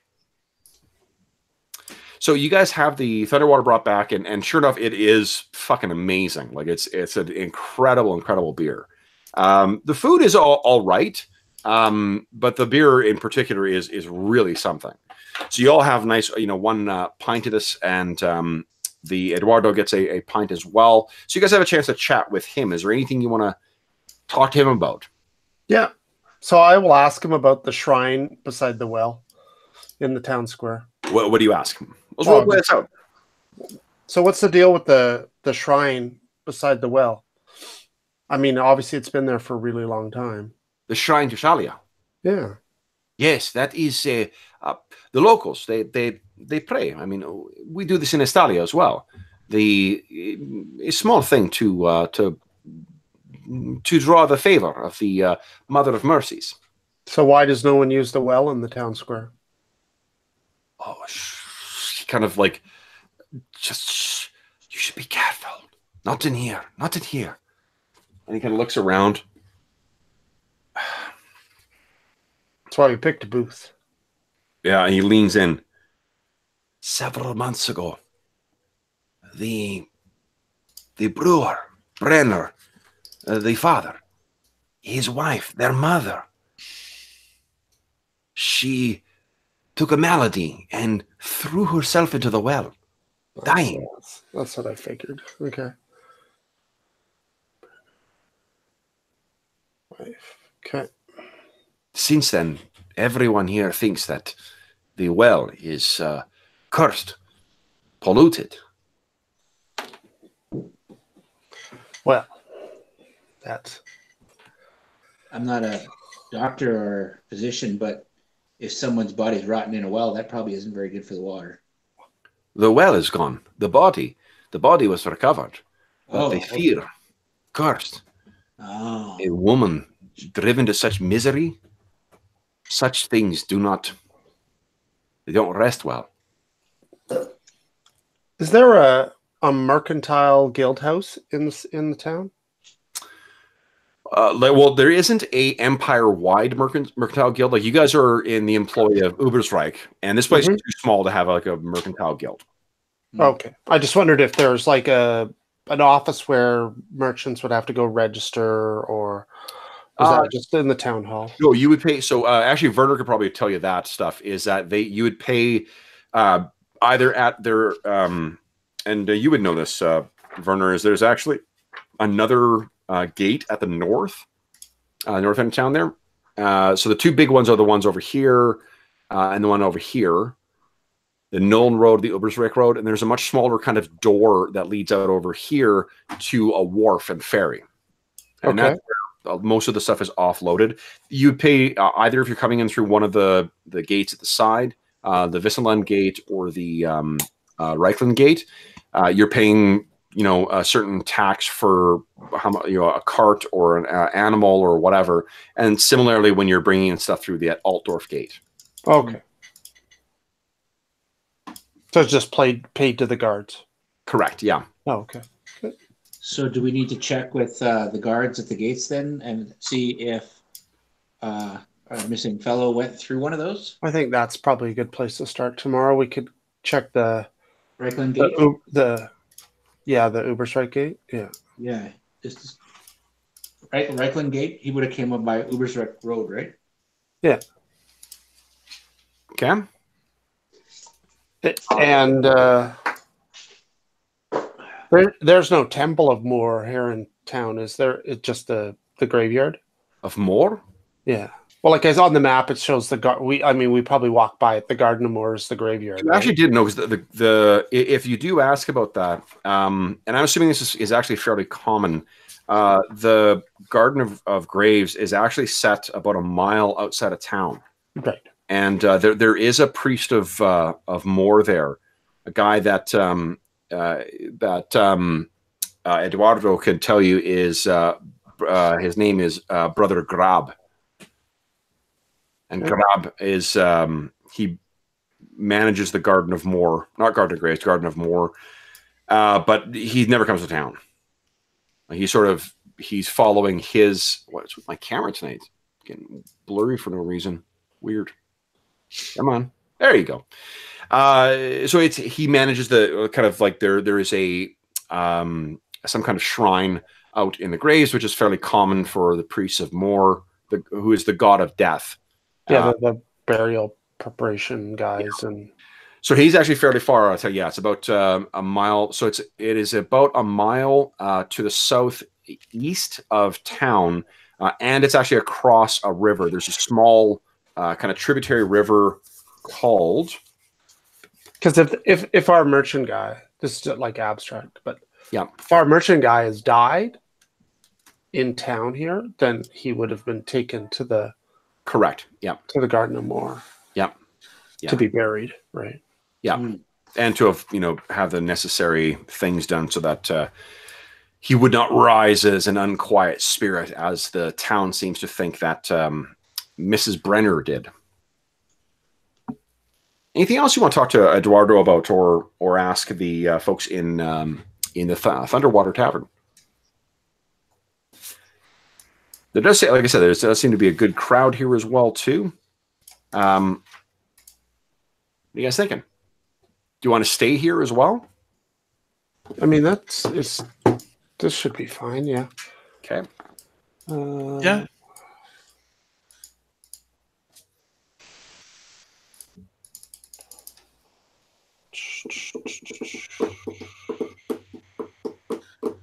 Okay, so here's what we're also going to do. Why don't you guys each give me a D6 roll, please? Okay. Surprise. So yeah, each yeah. Okay, so the middle, it actually is not bad. What I was getting you to roll is to see, I was going to take the median roll and have that be how many drinks you guys have before bed. You only rolled one. So then I need each of you guys to kindly make a consume alcohol check for me. Because I love that that's a skill in this game. Consume alcohol. Oh, Harry. Oh, howdy. Oh, boy. So, Harry, Werner's a spilly drinker. He's a spilly talker. Okay. So, Werner, so Gerhard is keeping his shit together. Werner, we now get to take advantage of the stinking drunk table in the core rulebook. So would you give me a D10 check, please? Hey, Kev, interestingly enough, the two characters who tried to roll a 1 and have like very few drinks are also the ones who failed their consumption alcohol. Yeah. So you failed it. What it means for you mechanically, Harry, just so we know what happens with, or the consequences, is you take a -10 penalty to your weapon skill, your ballistic skill, your agility, your dex, and your intellect to a maximum of -30. After you fail a number of tests equal to your toughness bonus, you are stinking drunk. However, I'm just going to use that for the critical failure because that's a fucking impressive failure. Okay, so a 1. Marion Berger's courage. You gain a +20 to your cool skill. Wow. Not permanently, just for while you're drunk. Nice. Now you could spend a resolve point. So what do you like? Let's see what does this mean in the narrative? Like what do we see Werner doing? Is he getting like progressively more belligerent, ready to take on people, or what? No, I think he's maybe. I think he's just telling tales of being a river warden and just thinks he's sort of better than the people in this bar. Yeah. Okay. Sort of non-intentionally, but like, Yeah. He still has that effect. You're that jerk who goes into a small town and starts talking it down loud enough for everyone to hear. Right, exactly. Yeah. Okay. So like, you're not going to get a fight for it or anything like that. But yeah. Okay. So you're feeling okay tonight. So what? Kev, what it was a -10 to weapon skill, ballistic skill, agility. Like unless you get into a fight tonight. Wait, I'll give you the things. -10 to weapon skill. Here, I'll put it in the chat. Oh boy.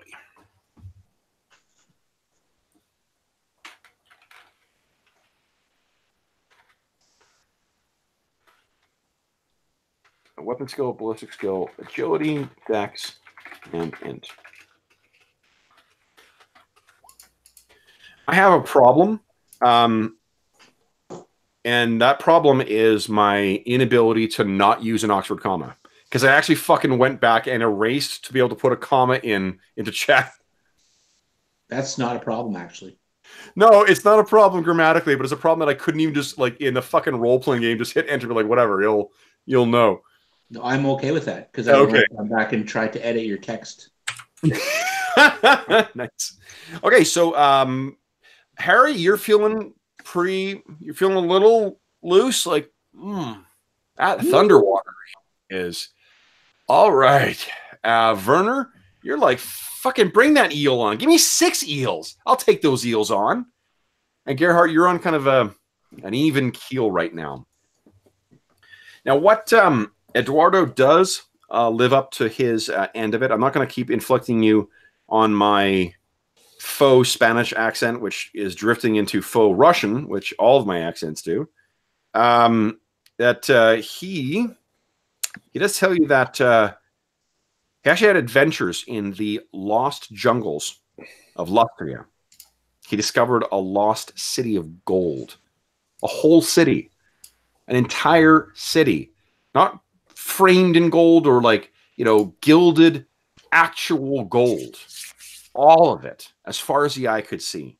But these vicious, man-like lizard men, these hideous things that walked as a fake, and some kind of cruel mockery of mankind, they chased him back into those malaria-ridden jungles. And then, on his way home, when we survived that, the fraction of our crew that did, we were set upon by the privateer, the Unicorn. And its captain, Janine de Belleville. Oh. Janine, the golden-haired beauty, known as the Lioness of Lyonesse. Lyonesse is effectively kind of like the ersatz France in the old world. But Janine de Belleville forced him to walk the plank, and he had to swim 10 leagues to shore, all the time pursued by a giant shark with a head shaped like a hammer. And then you can see he's getting a little worked up over this. Clearly the booze is hitting him pretty well. He probably has not had a lot of food in the last little while. And he kind of says, like, and any who would call me a liar.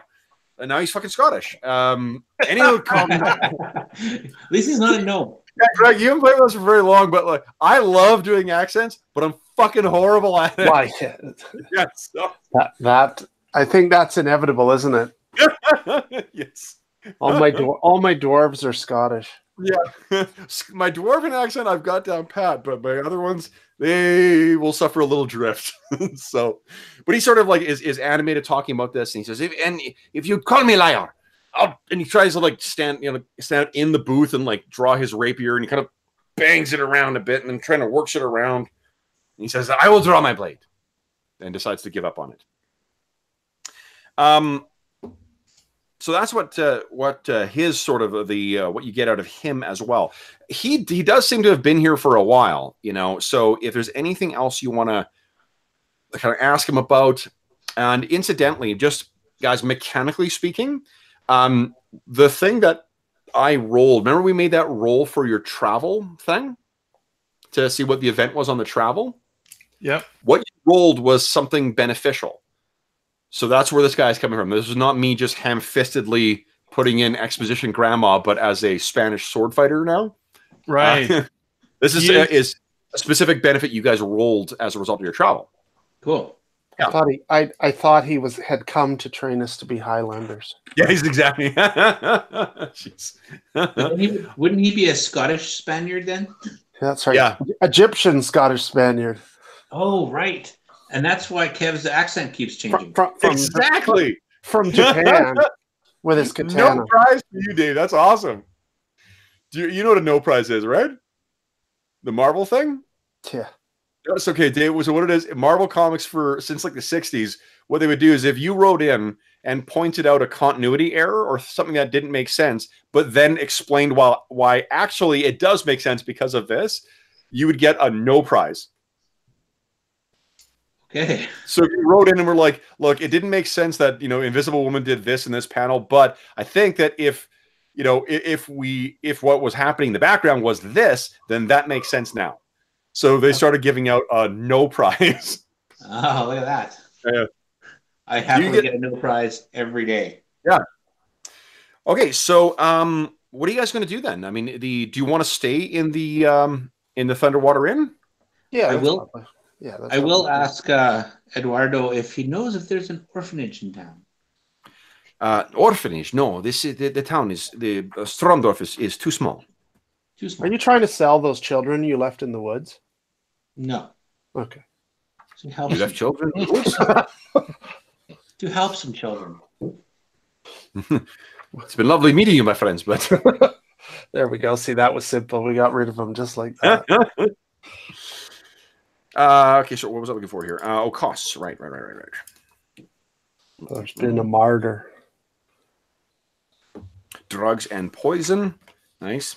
All right, so ale would cost you 3D. What is 3D? The brass pennies, I think. Brass pennies, that's what it is. Okay, yeah. So, and the pennies is it 10 pennies per? Yeah. So right? 20 shillings per. Actually, it's 12. Oh, 12. Oh, of course, right, because it's fucking.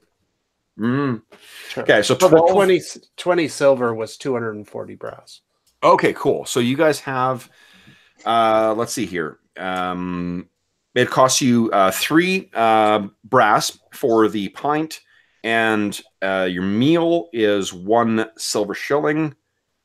And the room, you could spend 10 for a common room where you all sleep in the same area. It is 10 brass pennies. A private room will cost you 10 shillings, but you can all stay there together. Yeah. I guess we're sleeping in the common room. Yeah, I think so. It's keeping you humble.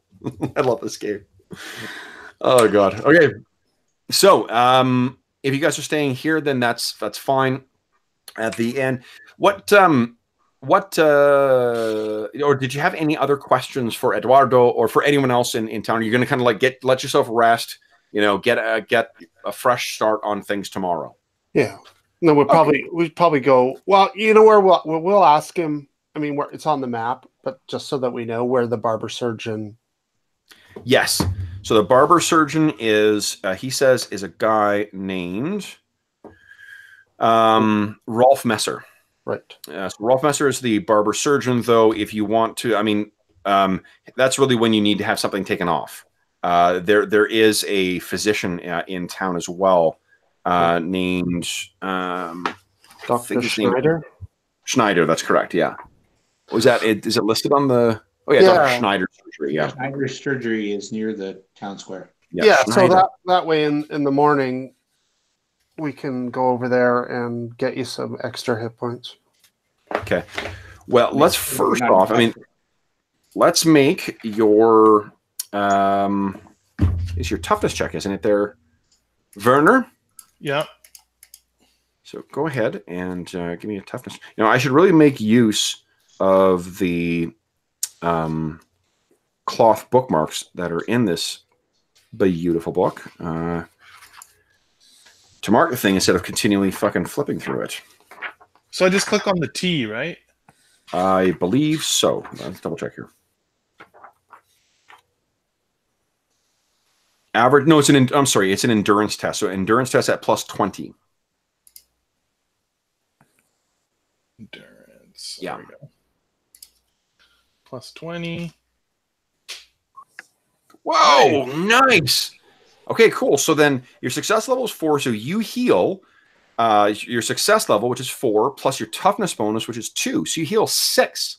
That's awesome. I'm Yeah. now only injured 1. Nice. Okay, cool. It was a superficial injury. Yeah, it was really just worse than it was. You needed to sleep it off, and it was really not nearly as bad as you thought. Okay, so then morning comes, guys.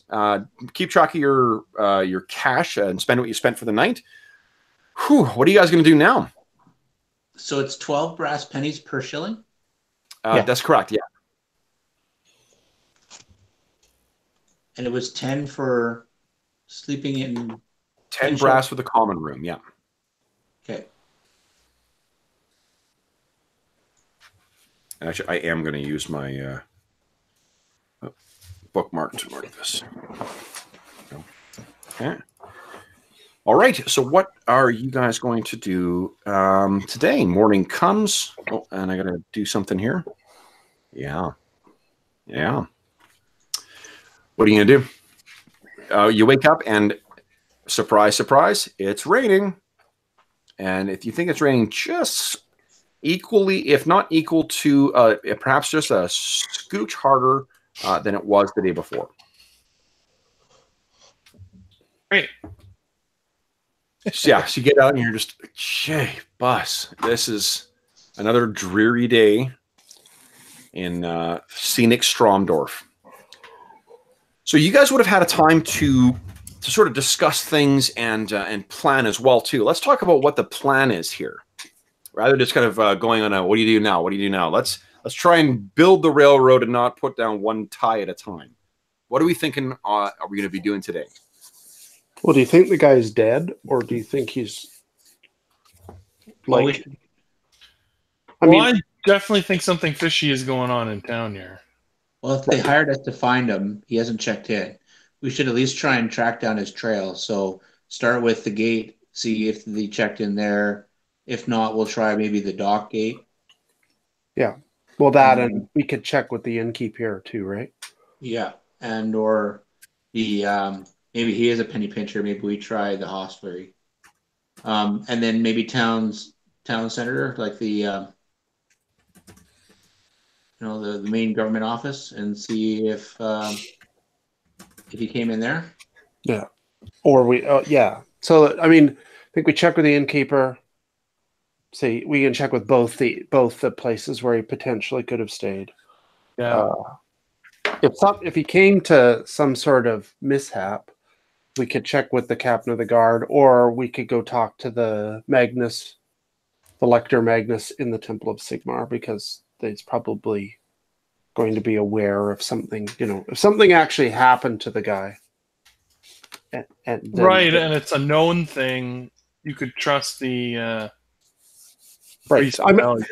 Yeah, the priest is probably not going to mislead me unless he was involved somehow. Right. But okay. I mean, that seems unlikely.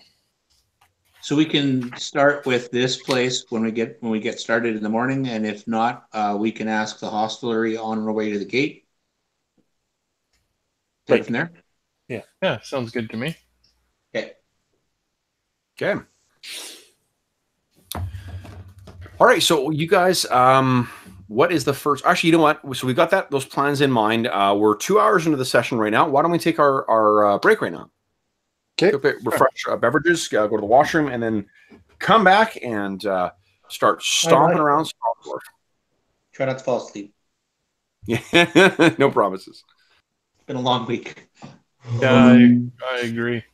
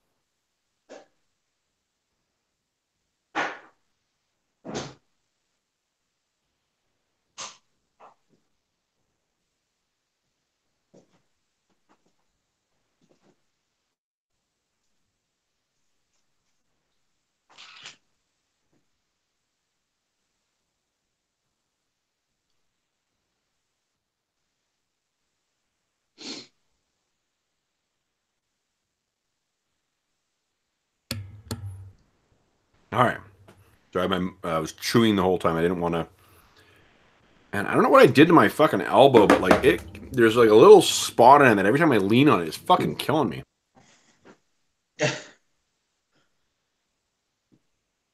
I'm just waiting for water to boil for tea. Actually, I got the same thing going. I'm like, this is going to take longer, but I'll just go back for it. Let's go. I'll go back when you go for yours. I'll go. We could toss water in my tea. Same Arlen, the same player, actually sent out a poem for what do you call it, for tomorrow's session too. So I got to tomorrow's epic ready to go. Oh, right, poetry. Mm. I was supposed to grab something. Let's go up the old manuscript. Oh, yeah, and now I forget. I don't have Word installed yet. Did you get a new laptop? I reinstalled Windows a couple months ago. Oh, okay, that's what about game.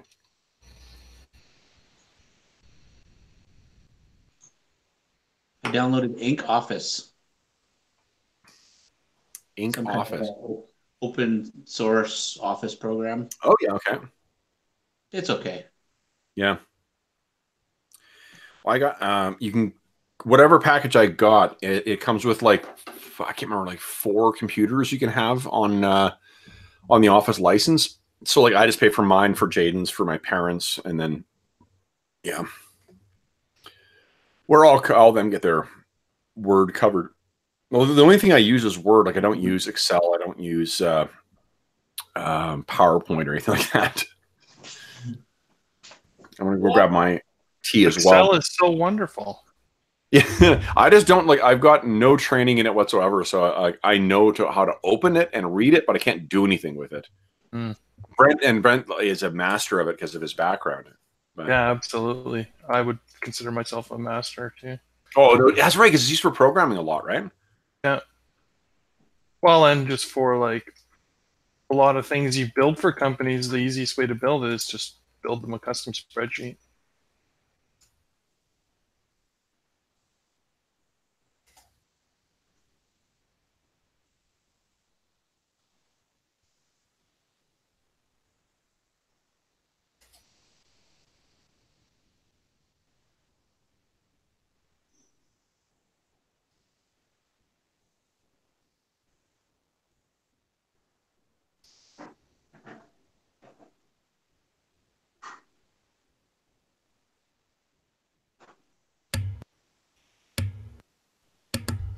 There we go. Fucking Mike, my goodness, struggling with it. Now I'll wait for Dave and Greg to get back. I know we said last week we're like, oh, okay, we'll go for 4 hours worth of stuff, but Greg's been yawning a lot. You had mentioned that you're really tired today, and I have had 5 hours of sleep the last like 3 nights. So I wouldn't, if we want to pull the pin a little after 10, I'm fine with that. 11 your time. Right. Yeah, I'm cool with that. I'm quite tired today too. And actually, Dave just mentioned before the break that he was tired. Oh yeah, so you know, like it's been a long week for everybody.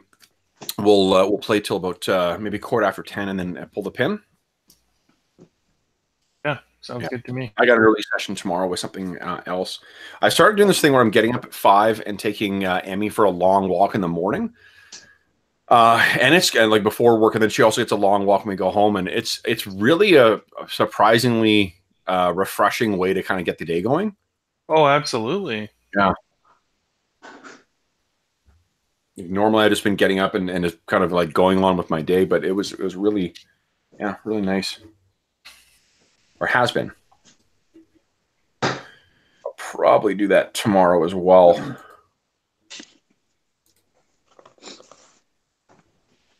Yeah, because to Emmy, the day is the same as every other day, right? She seems to know. She, like days I'm home. I mean, like I guess like I work from home, maybe like 1 day every 2 weeks or so. So when it's office days at home, yeah, she's very happy with that. Yeah, a little wiener. Dogs always want as much attention as they can get. So It seems to be taking the walk in the morning. Like she knows when it's busy time, right? Like first thing in the morning, if she hears me stirring, she'll immediately be in the room and be like, "Okay, what's going on? When are we going?"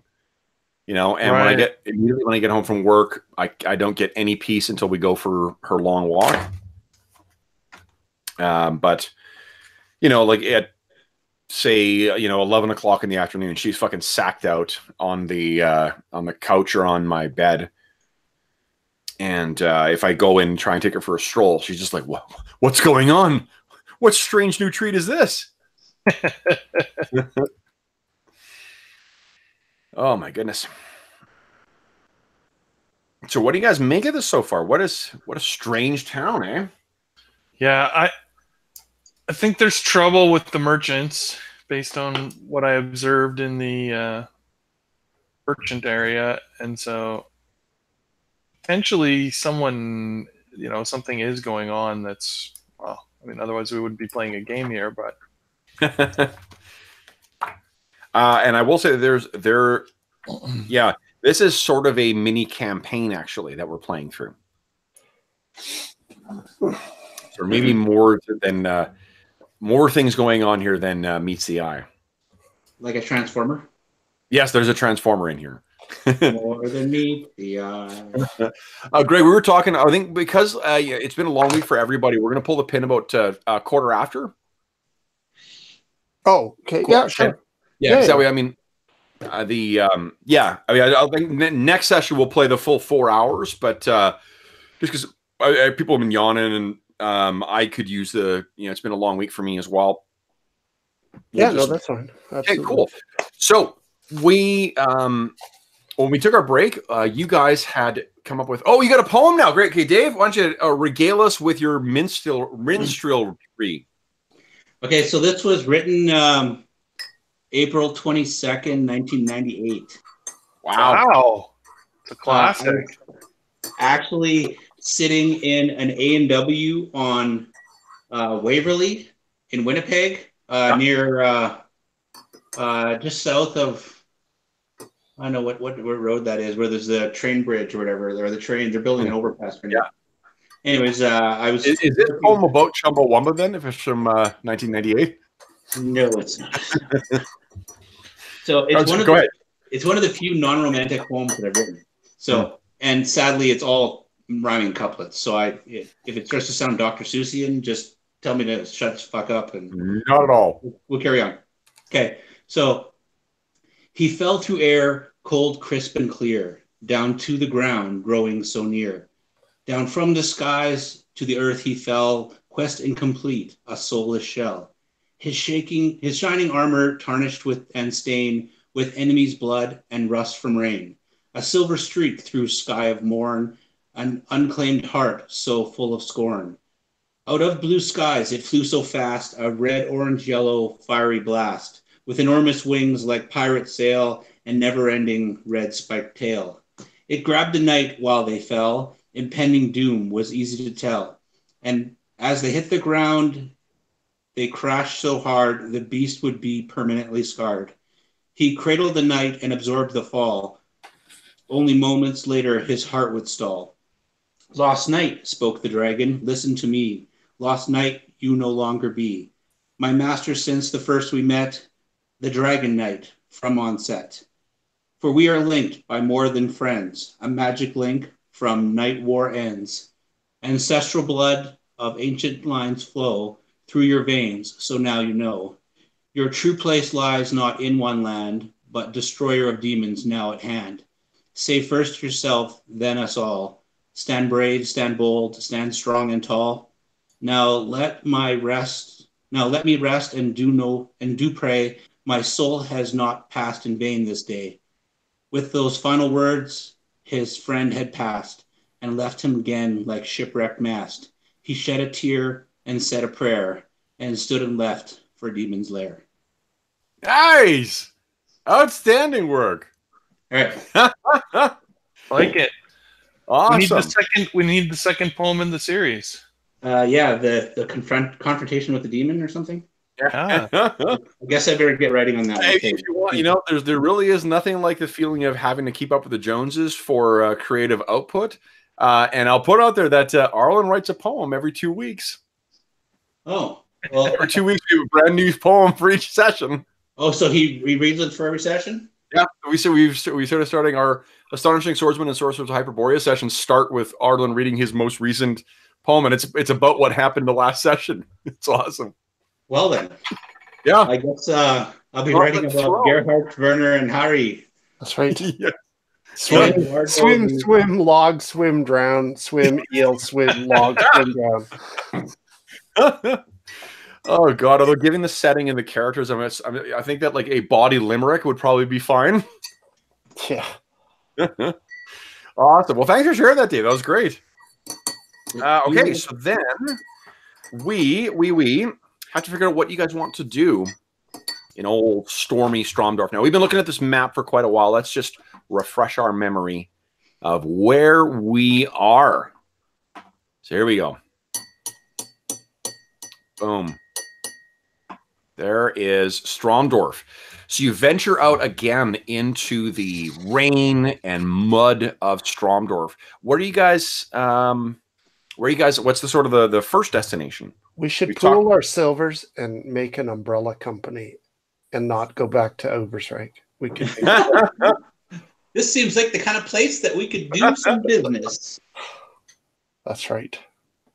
It's Arlen has given you the devil horns in chat. Rocking couplets, some serious heroic verse. Appreciate it. All right. So our first stop is the innkeeper here in the Thunder place. You guys get up in the morning, and you get a better chance to, you know what I'm going to say? Just to gives me an excuse to introduce this other NPC. There's actually a minstrel in the Thunderwater Inn. And that is a guy who Eduardo tells you is Reinhardt the Rooster. And he is the one who, in universe or in fiction, he's the one who told your story there. Although what he added in was a little lute strum at the end of each rhyming, each line. So, all right. So then the, let's see here. The Brenners. So where is he? Where is he? Oh, where are you, my friend?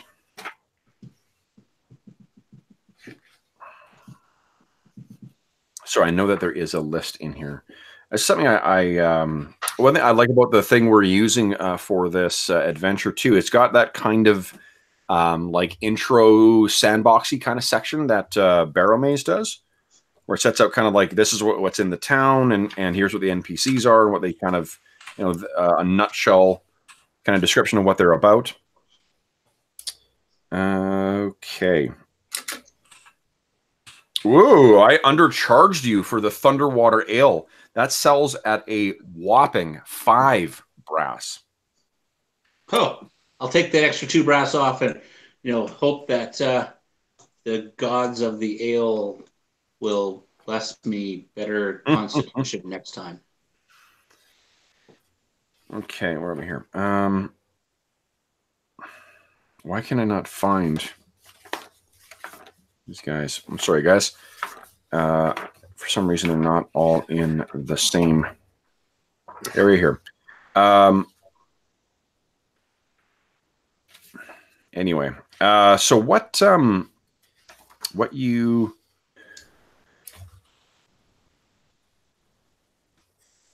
All right,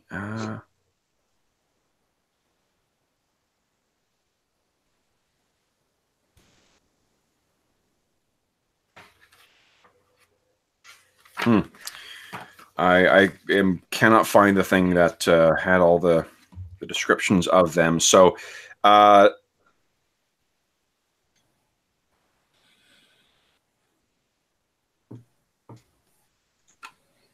yeah.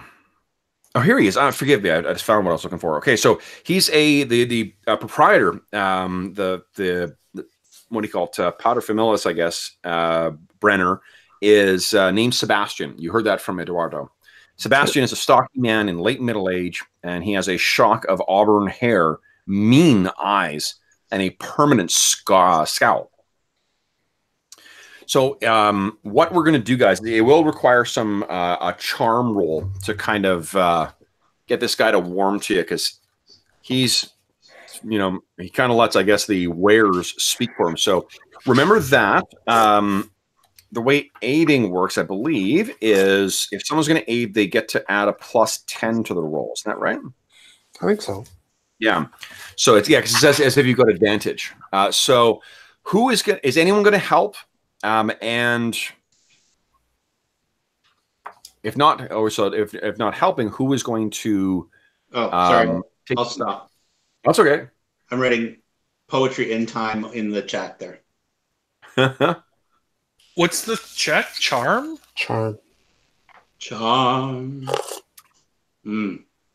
I'm okay with charm. I'm okay to sit there and not try. Okay. Who's better, Gerhardt or Werner? I think we come at it from different angles. The charm of Sigma. That's right. What do you guys think? Who wants to do the talking? I think Werner can. He's the more. Yeah. Okay. Yeah. Okay. You're higher class than us, Werner. So Gerhardt, tell me how you are helping. True. If you do want to help him and give him +10 to his check, what is it you're doing to kind of help him? Well, we'll go up and speak to the innkeeper, and I'll listen and just sort of try to get a feel for what the innkeeper, like what type of personality is. If I feel like, you know, the blessing of Sigmar will be influential here, and I will offer that. But I mean, you know, find out whether he's a pious man or a bitter man since his wife threw herself down the well. Sure. Why don't you? There's not sense motive, but there is something similar to that in here. What was the? This is the well wife guy. Is who we have to talk? Oh. Yeah. Yeah. This is the guy whose wife threw herself down the well. Oh. That's what everyone says. Intuition. Intuition. Yes, that's what I'd like. Please. Okay. Yeah, it's a basic skill. Nope. Ooh. Oh, that's so close. Now, you guys, we're getting close to the end of the session. You guys are sitting on a shit ton of fortune points. Yeah, sure. I'll reroll. Yeah, that's true. You know, I am coming to appreciate. So one of the balancing factors I noticed when I was reading the rules again last weekend, elves have like 1 fortune point. Yeah. But their stats are physical. Their stats are amazing, but like not having only that 1 fortune point to re-roll stuff is pretty limiting. So, Gerhard, do you want to re-roll then? Sure. Much less of a failure, but still an epic failure. But still of an epic level. Yeah, that's right. Failure. So yeah, you know what? He's scowling his way around the inn. You know, he doesn't seem to be snapping at people necessarily, but he's just very, very curt and keeping kind of to himself. Are the kids working in the? Yes, the 2 sons. Yeah, he's got 2 of his sons. Let's see here, Klaus and what is the other son? Oh, sorry, no, Klaus is the brewmaster. Friedrich and Hans are the ones who manage the inn. Friedrich has a blonde crew cut. He's the older of the 2. Hans has long hair, and he's still in his teens. Hans is the one who tried to get you to drink marsh water. Right. Well, I mean, the kids might be a better initial. We might get more information out of the kids than out of the dour father. Sure. That's true. Do you want to go with Hans, the younger one, or with? Yeah, let's go with the youngest one. Okay, that might seem the most important to him. Okay, so why don't you give me a charm, and then we'll kind of role play through what the consequence of that roll. Yes. Let him know he's talking to the popo. Yeah. Yes. Whoa, nice. Really nice. Okay, so. I know I can't remember if this is specifically how this works, but I know that like some of the things will give you each success level will give you a little bit of a tidbit of information. So what I'll do is, as we role play through this, I'll try and feed three bits of information to you, if there is 3. Okay. Oh, right, for the 3 successes. Yeah. So you guys are sitting down and maybe grabbing a quick breakfast back at a booth again. And there's, everyone else who stayed in the common room is kind of stirred and is getting themselves ready and having their like morning gruel or whatever it is they're having for breakfast. How do you approach this kid? What's sort of the way you try and strike up conversation? And I guess you also want to keep in mind what it is that you kind of want to steer him towards to drive that conversation where you want it to be. Yeah, I think I'll just start a friendly conversation with him. Sure. What do you say? We're here from Obert Rig. Is that let's just role play it out, and then we'll drop out if we need to. Sure. So what do you say? Oh, good morning. Good morning. Do you? I trust you slept well. Yeah, not bad. Not bad for a common room. Yeah. That's good. That's good. I don't suppose I can. You wouldn't want to have marsh water in the morning outside. No. We know your joke. Oh, thank you. Are you friends with Eduardo? Well, I wouldn't really say we're friends. We just met him last night. We're here from out of town, from Obert Rig, where I'm actually a river warden. Really? Yes. So we're here on business of the Merchant Guild. The Obert Rig Merchant Guild? Yes. That's interesting. What brings a river warden in the employ of the Merchant Guild down to Stromdorf? Well, there's some trouble with one of their men. Really? His name is, Florian Weschel. You wouldn't by chance have heard that name.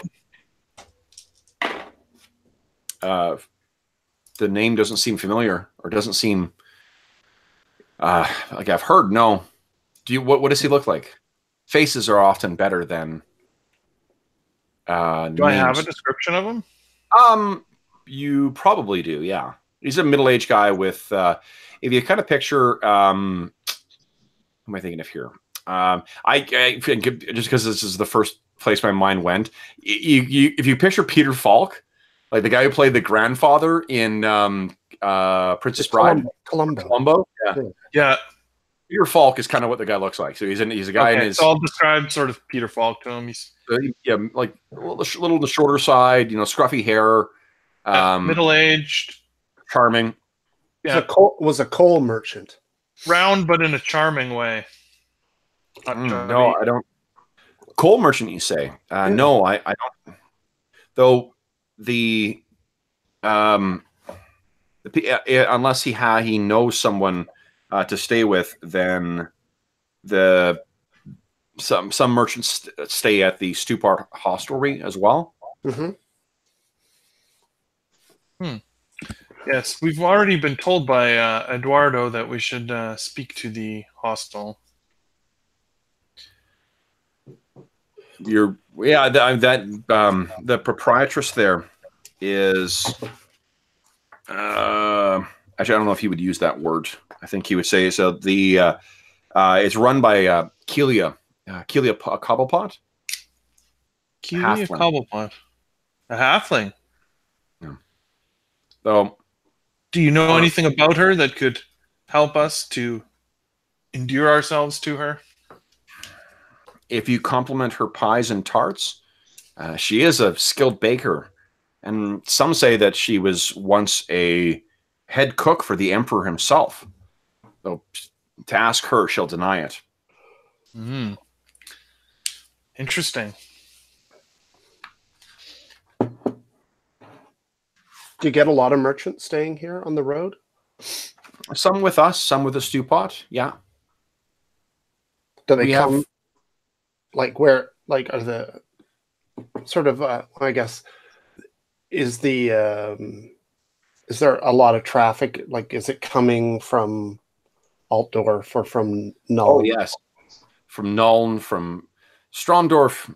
You may not know to see it, but Stromdorf has benefited from its place on the Three Rivers for, my father says, for centuries. Well, I mean, it's a crossroads, right? So absolutely. So we see people coming from Nuln, from Obert Rig, from, I can't remember the name of the other town, from Altdorf, and from everywhere else in the Empire as well. And Thunderwater Ale is respected and enjoyed across. It's renowned amongst across the Empire. Yeah, and we've. I'm too young to remember, but my dad said that Stromdorf used to be. When Burgomaster Adler came in 10 years ago, by the von Jungenfreud family placed him in, and my father says that some merchants resisted, but it made it really. It was, from what he said, a mini golden age for Stromdorf. Merchants grew rich, trade was good, but in the last few years, taxes have grown, revenues have been down, and in the last little while, it's been, we've almost never seen the in the last few months, we haven't seen the Burgomaster at all. And Burgomaster Adler is still the current Burgomaster? Oh yes, he's I hear that he's still in the town hall, but if you really want to deal with anything with the town, you're really best speaking to Captain Kessler. He's not the friendliest of sorts, but I've heard that he still has the ear of the Burgomaster. Good. Sorry, what was his name? Captain what? Kessler. Kessler. You really can't miss him. Tall, thin man with a missing eye. We had an encounter with him in the town square yesterday. Apparently, your local Doomsayer. Doomsayer. That would be a good way to put it. Oh, that's Hanko Muka. Hanko is.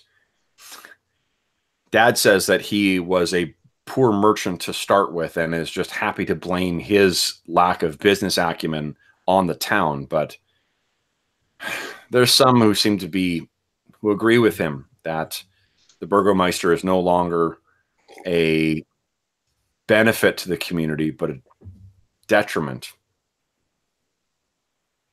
Dad says it's best to stay out of those fights. Yeah, I don't imagine that's a popular. No, it's divisive. Muka finds himself in the stocks more often than not nowadays, though people like him well enough so they don't actually throw food at him. Indeed. Yes, that seemed to be what we witnessed. If you saw him taken away by was he in front of the statue again? Oh, of course. Yeah. Yes. Yeah. Then that's Hanko. Dad says if he spent as much time on his business as he does in his protests, he may actually see some profit. But so this the Jungenfreud house, they're your sort of the patrons of the city. Yes, we are within the domain of the von Jungenfreuds of Altdorf. Okay. And do they actually have a residence here in town? Oh no, that's why the von Jungenfreuds sent Adler or Burgomeister Adler down here. Gotcha. They didn't wish to. It takes a special sort to appreciate the climate in Stromdorf. I would say Altdorf. Dad joked that it was 10 years before I was fully dry. Indeed. A good joke. Indeed. What else we got here? Yeah, I don't know what else we could ask him about. There's not been any like missing persons or anything. I mean, aside from our friend, but like anything of note. No trouble you've heard of. Yeah. His eyes kind of. Oh, you know what? Give me all of you. Give me intuition checks, please.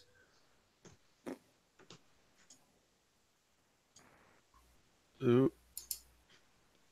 You had to pick intuition, eh?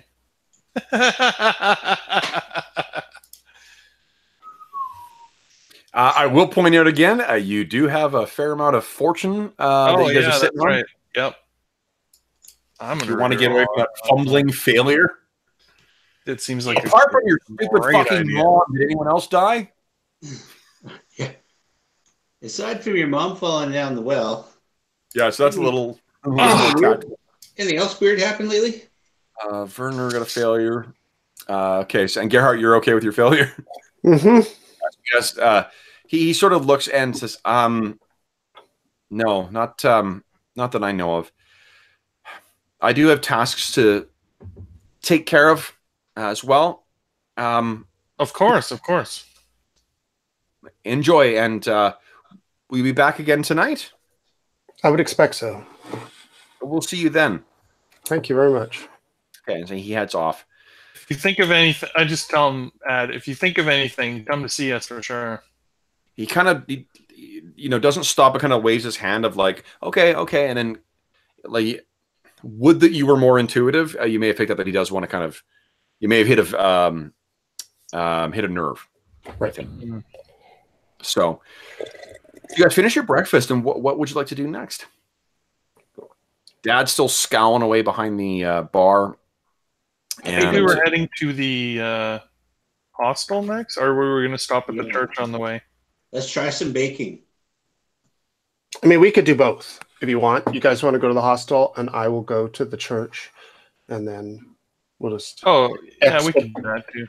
Expedite it. Okay. Yeah. Which one do you guys want to do first? They can do theirs. Okay. So you guys make your way across town, and again, like it's not like buckets of water coming down rain, but it's steady rain. It's February in Vancouver rain, so it is. Yeah. You make your way through the town, carefully navigating the planks that have been laid down, and you feel like you may be getting the hang of this too. You've seen there are some locals who seem to with an incredible amount of agility skip from plank to plank to plank to plank to plank. And you make your way to the where are you here? Stupot Hostelry.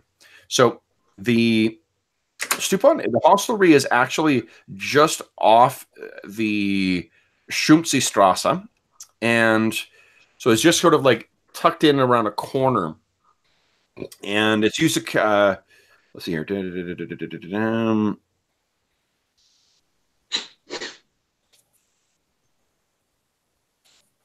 So it's not quite as sprawling as the Thunderwater Tavern, but it does have a similar kind of like there's a separate gate to go in. There's a coach house in the back. It's only about maybe like 1.5 stories. So there's part of it is the main kind of tavern room.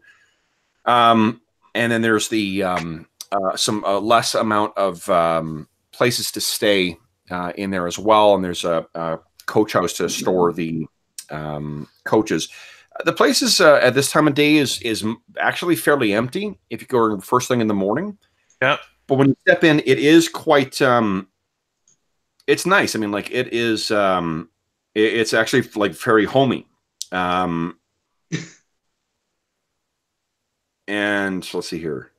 Well, as soon as you walk in, the entire place is just full of the most mouth-watering baking smells that you could possibly imagine, especially after the stink of the wet outside of the constantly wet city that you were stomping through. You walk in and it's just the smell of sugar and baking bread and pastries and whatnot.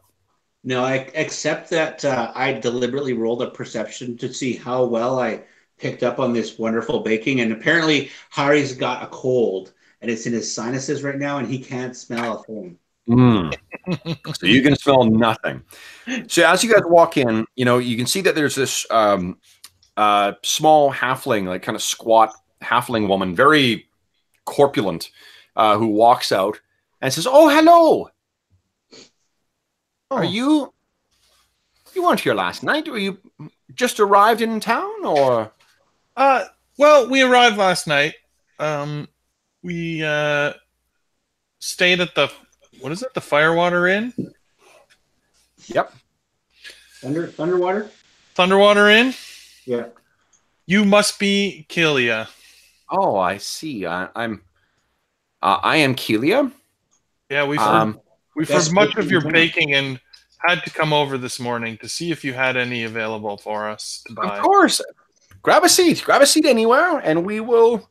I'll get you something. Do you prefer something hot, savory, something sweet? Something savory for breakfast would be nice.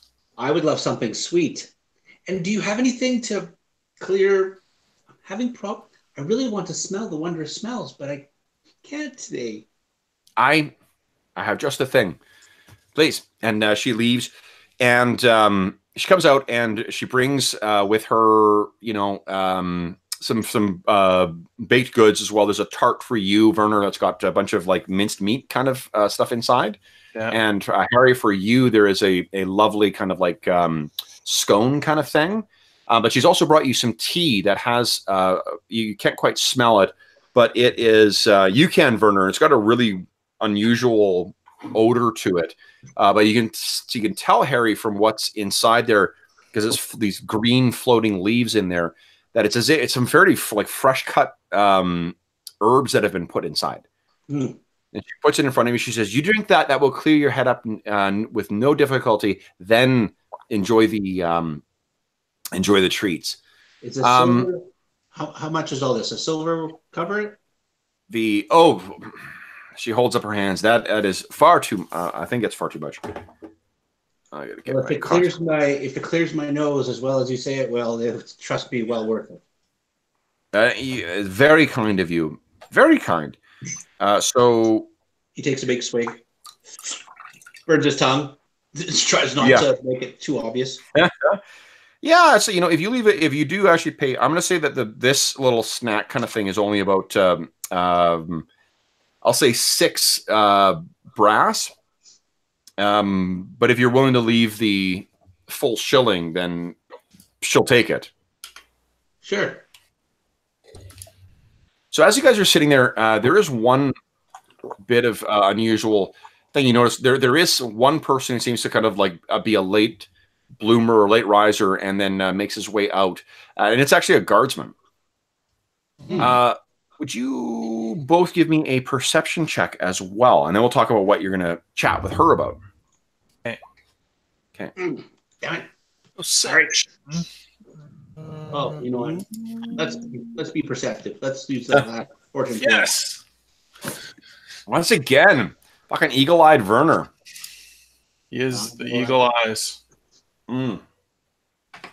Came here to perceive and use fortune points, and I'm all out of fortune points. That's what you get for being part of the po-po. So, Harry, here's what you pick up is because you've been in and out of taverns, for most of you're staying in coach inns or roads, like riverside inns, and you've been sort of keeping an eye as you've been snacking and waiting for her to get stuff ready. There's not been anyone else leaving this place. And remember where this place is, and let's just go over to that map again, where this place is in relation to the barracks. Like the barracks is right here, and the Stewpot hostelry is right here. So like why on earth would they be staying here? Like that well, I mean, they may be staying here to like either get a good night's sleep or get away from their colleagues or to like a romantic rendezvous or something like that. Or they had a night out and they didn't want to have to drag your butt back. But like, it's so close to the barracks. Why would you not just drag your stinking butt back in the middle of the night? Yeah, and more to the point, like, why is there no merchants leaving here? Right. Runner, I'm glad you perceived all that stuff because I'm still eating my scone. So she sort of, unless you prompt kind of a conversation with her, she's going to be busy sort of, getting the place ready for lunch, and whatever else that needs to get done in the place. How's your tart? It is quite excellent. I think we should get more. Yes. Get more and then maybe chat her up while she's here. I think that's a good idea. She says you're wearing this long yellow dress as well, and her hair is kind of tied up in a bun. She's only 3 feet tall, so she's just this tiny little thing. She kind of waddles over to you and says, I'm so glad you enjoyed. Did you save room for another? I know they don't feed you quite fully at the Thunderwater. Oh, yes. I'll get that for you right away. And for you. Yes, I would love... Actually, I would like a sweet tart for dessert now. I have just the thing fresh out of the oven. Let me get that for you. And she goes back and gets the stuff and comes back out again.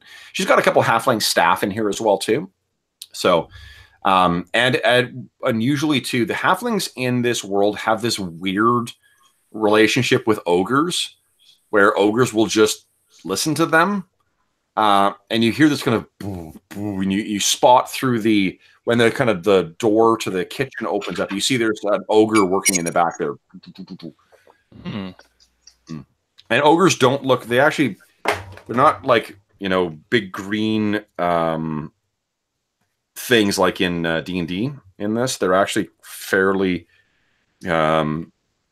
humanoid. It's Hodor with horns. Yeah, basically, right? Where am I here? That's what they look like.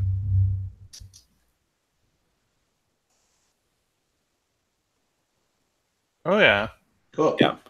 Complete with the gut, I can't really call it gut shield or whatever. Yeah. So what do you, I'll leave it to you guys to sort of like direct the conversation here if you want to.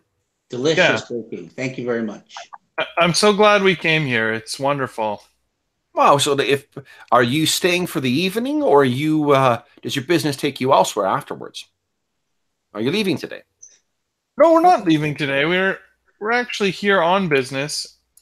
We've been hired by the Merchant Guild. Oh yes, and which Merchant Guild? Obert Rig. Obert Rig. Obert Rig. Yes. Yes, they've lost one of their merchants, and they're hoping that we could come here and find him. Really? And what was the here? Do you mean he stayed here? Well, possibly. Maybe you could tell us. His name was Florian Weschel. Florian Weschel. Yeah. Does it sound familiar? Yes, he stayed here. He and his bodyguards. What were their names again? Two big humans. The names were Franz and Olaf. Oh, interesting. Yes. Yeah, he, I don't know why, but he checked out early. He had to wake me up to settle his bill, and I always wake up early to bake fresh bread, but he woke me up early and checked out early with Franz and Olaf. When Would you like some bread? Sure. Did he seem distraught? Was he upset? Or Upset? No, not that I could tell. Okay. Which day did this happen?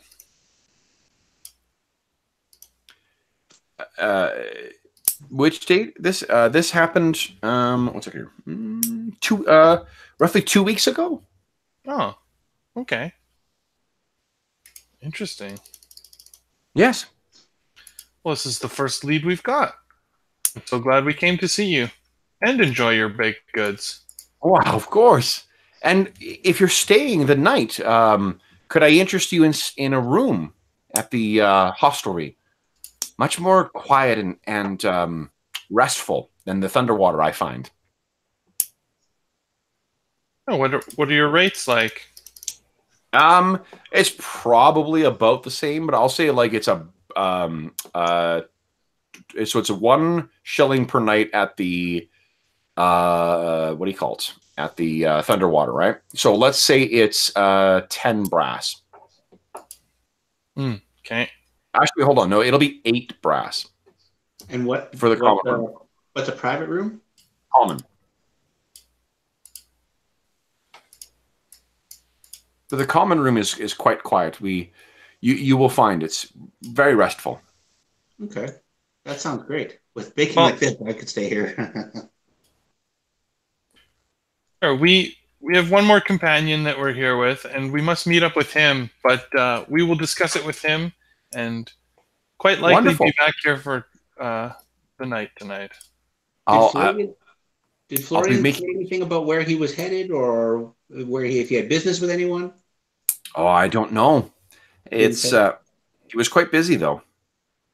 He and his that cart of his and that wonderful white pony.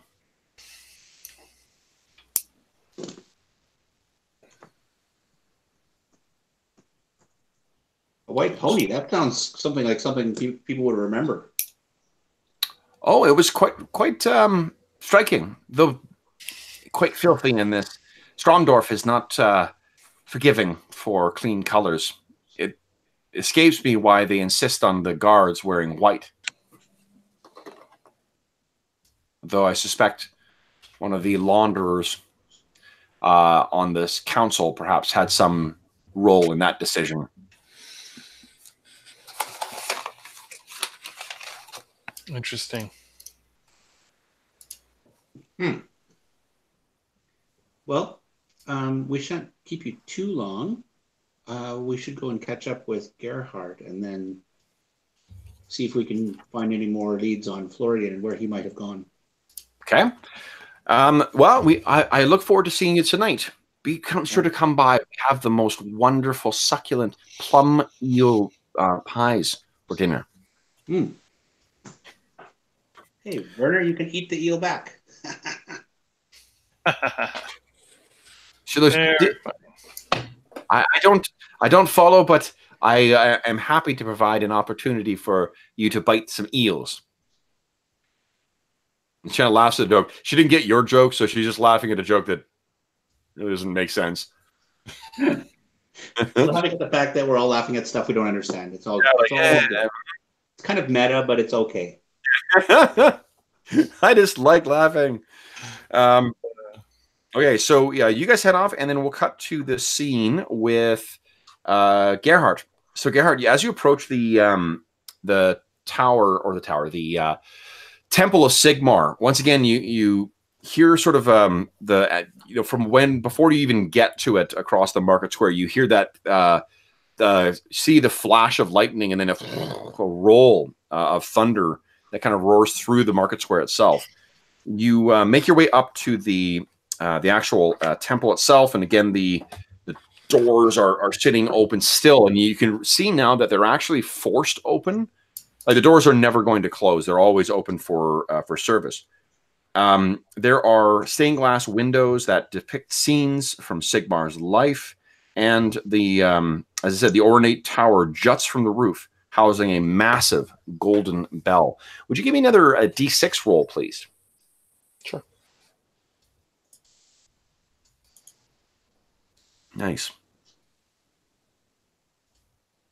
Okay, so as you walk in, what you can see inside is that there maybe are a few individuals whispering private prayers, and there's an initiate or two who are preparing for the next ceremony. But otherwise, the place is empty. When you walk in, there are tattered battle standards that hang from high vaulted ceilings, or from the high vaulted ceiling, which magnifies the slightest whisper. So you kind of imagine it's kind of that like white noise, I imagine, when people are whispering their prayers, but you can't quite hear what's happening. So it's kind of there's this ambient sound of whispering. There is the inside is shrouded in shadow with candle lights or candles lit to accent certain small areas, but it definitely has a kind of a moody and oppressive feel inside. A double column of stone pillars carved with scenes of orcs being slaughtered by human warriors leads to an altar decorated with a symbol of the twin-tailed comet. The altar is flanked by twin granite statues of the muscular hero god Sigmar gripping his warhammer. Black curtains hang at the back of the altar. So you walk in, and that's what you see. There's some initiates who are busying themselves, and they seem to be almost like appearing from the shadows and then disappearing back in. They are moving their way, casting more shadows, and the whole place is full of this like What do you do? So are the construction of the temples universal? Like, so I mean, obviously the buildings are going to be differentiated, but I mean, is the like black curtained area where the lector would be found? Yeah, I don't think you need a religion check for this. What you know is that likely, whatever the lector's quarters are is likely through those through the curtain and somewhere, deeper in the chapel maybe. Or although like it's weird, like there doesn't seem to be an awful lot left of the temple beyond this area here. Right. So, but yeah, likely. Sure, I'll make my way to the curtained area then. Okay, and then as you do, there's one of the initiates comes out. And 1 second, I think I've got a name of one of them. He this sullen kid of maybe 14 comes over and says, "Hey, excuse me," and he's wearing the what is it? The red.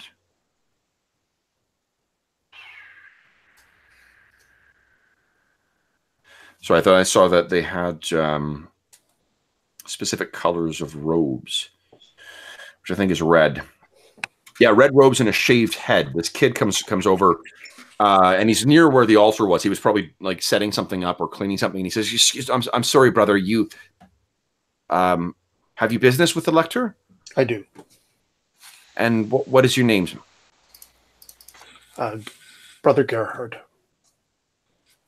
Very well, brother. If perhaps you could wait here, I will let the lector know that you have come. Would he know what you are seeing him for? He would not. He would not? He would not. I see. And he sort of, you can see him judging, who am I going to get more trouble from, you or the lector?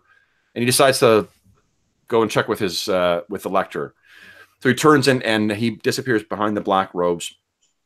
Okay. And then there's a wait of about maybe 3 or 4 minutes, and then the curtain, you hear the sound of heavy booted feet and a armored figure moving and cast aside, and you see once again this no nonsense character comes storming out. He's dressed just like that as well too, full fucking plate armor, is that iron band around the top of his head, lugging this big fuck off warhammer, and he's got that the illustration is not there, but there's this tattoo, or a brand rather, of the twin-tailed comet. And he steps out. He says, "Brother Gerhard, I don't think that we have had the pleasure." And I have not. Gauntleted hand to you. Okay. I grip his hand firmly. Okay. What is your strength? My strength is 35. Okay. So you're pretty, that's pretty fucking high for a human. So I think he's definitely got at least 2 decades on you, maybe more. Yeah. But this guy he still is probably, you aren't sure whether you're confident you could beat him like in an arm wrestle. Right. You know, so he just kind of grips you and says, and where are you in from? Recently arrived from Obert Rig. Obert Rig. Sent by the church, or? No, we're in the employ of the Mercantile Guild at the moment. See. That sort of work brings us to glorious battle. So, indeed. Though you'll want to have more markings of your devotion. And he kind of gestures to some of the scars on his face. If you truly want to mark yourself, though you follow this path, I see that bringing you glory and honor for Sigmar. So why come here? Private service? Well, no, actually, I came seeking information. I know you've been the lector here for quite some time. So if anyone knows the village, it would be yourself. Oh, and he kind of rests the base of the warhammer down and sort of leans on it. He's the way he's moving, it makes you like this massive fucking like multi-leveled armor is nothing to him. He could be wearing a hoodie as far as like the level of ease and the casual sort of stance that he takes. He says, "Well, it's funny," and he looks around the temple, and he says, "Come with me." And he leads you back, and from behind the black curtain, it actually leads home. And like a lot of the smaller temples, they actually have basically a fortified crypt beneath it that can be used. And down there they store all the what do you call it? Both his actually no, there's two different things. So one of them leads down, and it's a spiral staircase. And as you get down there, he says, "Well, do you know that we have the bones of many sacred heroes stored down here? All, of course, encased in bone." And he kind of taps at this vial that's hanging from around his waist. This is from Magnus the Pious. Really? I mean, I look impressed, right? Mm-hmm. Now, he gets down to the crypt, and he says, he turns, and now his face takes a totally different fucking cast to it. Mm-hmm. He seems much more animated, and he kind of steps forward. He says, "I knew you were coming. I saw you." Okay. I intentionally do not look surprised, but and he kind of rears up. And he says, "Late last week, my prayers have been disturbed by flashes of insight. Insight from Sigmar himself." Sigmar be praised. And you see there's the same wild-eyed look is in his eyes now as when he was giving that whole like war chant during the service. "I've seen the men with the heads and hooves of wild beasts burning Stromdorf to ashes. I've seen the dead clawing from the ground, and a great, ever-hungry maw surrounded by dancing green devils, consuming screaming innocents. I've seen the town sunk beneath a fathomless lake. And I've dreamed of you." And he kind of grabs your shoulder. "Come from afar, bringing hope amongst this turmoil. I have believed that Sigmar has given me a warning, and I feared, nay, I even came close to despair at the lack of meaning that I found in my visions, for all I could see was death and destruction and ruin for Stromdorf. But now you are here, Gerhardt, and you are Sigmar's salvation for this town." Well, I sort of stand up straighter. Well, I mean, Master Lecter, the town needs does not need my help in so much as they have you, but I will do what I can. He grabs your. You don't have any metal plate, right? You got like leather armor, don't you? Jack armor on. Yeah, he kind of grabs it and kind of shakes you. He says, this is a message from Sigmar, and when the twin-tailed comet, when the hammerer speaks, you listen. Indeed. Follow. Trust in him. Sigmar will show you what must be done. You class your things that you are here and that you are following this task. I have no inkling of doubt that this will bring you glory. Sigmar's will is at work. Wow, so I sort of give him a second, when he's done, and I'm like, I will do what I can, Master Lecter. No, you will do what Sigmar wills. Indeed. I'm going to class you. And I think with that, guys, that seems like a good stopping point. Okay. Yeah. Unless there's anything else, like, did you want to ask any further information from him? Or yeah, I was gonna sure, sort of just cover the whole aside from his apocalyptic visions. Yeah. Has anything else been going on in town? And I want to know what else. What's the deal with the lightning rod on the roof? That is because so what you learn from him is that's where there's an inordinate amount of lightning strikes that were happening around this temple. That's been there for before his time. Okay. It just seems that lightning seems to strike this spot. The weather seems strange here, so they erected that, and that seems to prevent it from doing damage to the structure. But this has been going on since before he was. He's been here forever, right? Decades, 2 decades, I believe. Right. Yeah. Okay. So more than 20 years. Yeah. Okay. What you also learn from him is that, and this is what he talks about like the glory. He's sort of like excited to live vicariously through you, because he has fought in many different armies of the Emperor across the Empire. Although in his youth, he fought countless battles against green-skinned hordes, skeletal legions, and even in the frozen Kislev winter of 2480 against fell regiments of chaos warriors. And you can picture that he's like, and this one was, there was a berserker that attempted to fell me, but Sigmar's will was stronger, and I smote him with, and he going to raise his hammer up.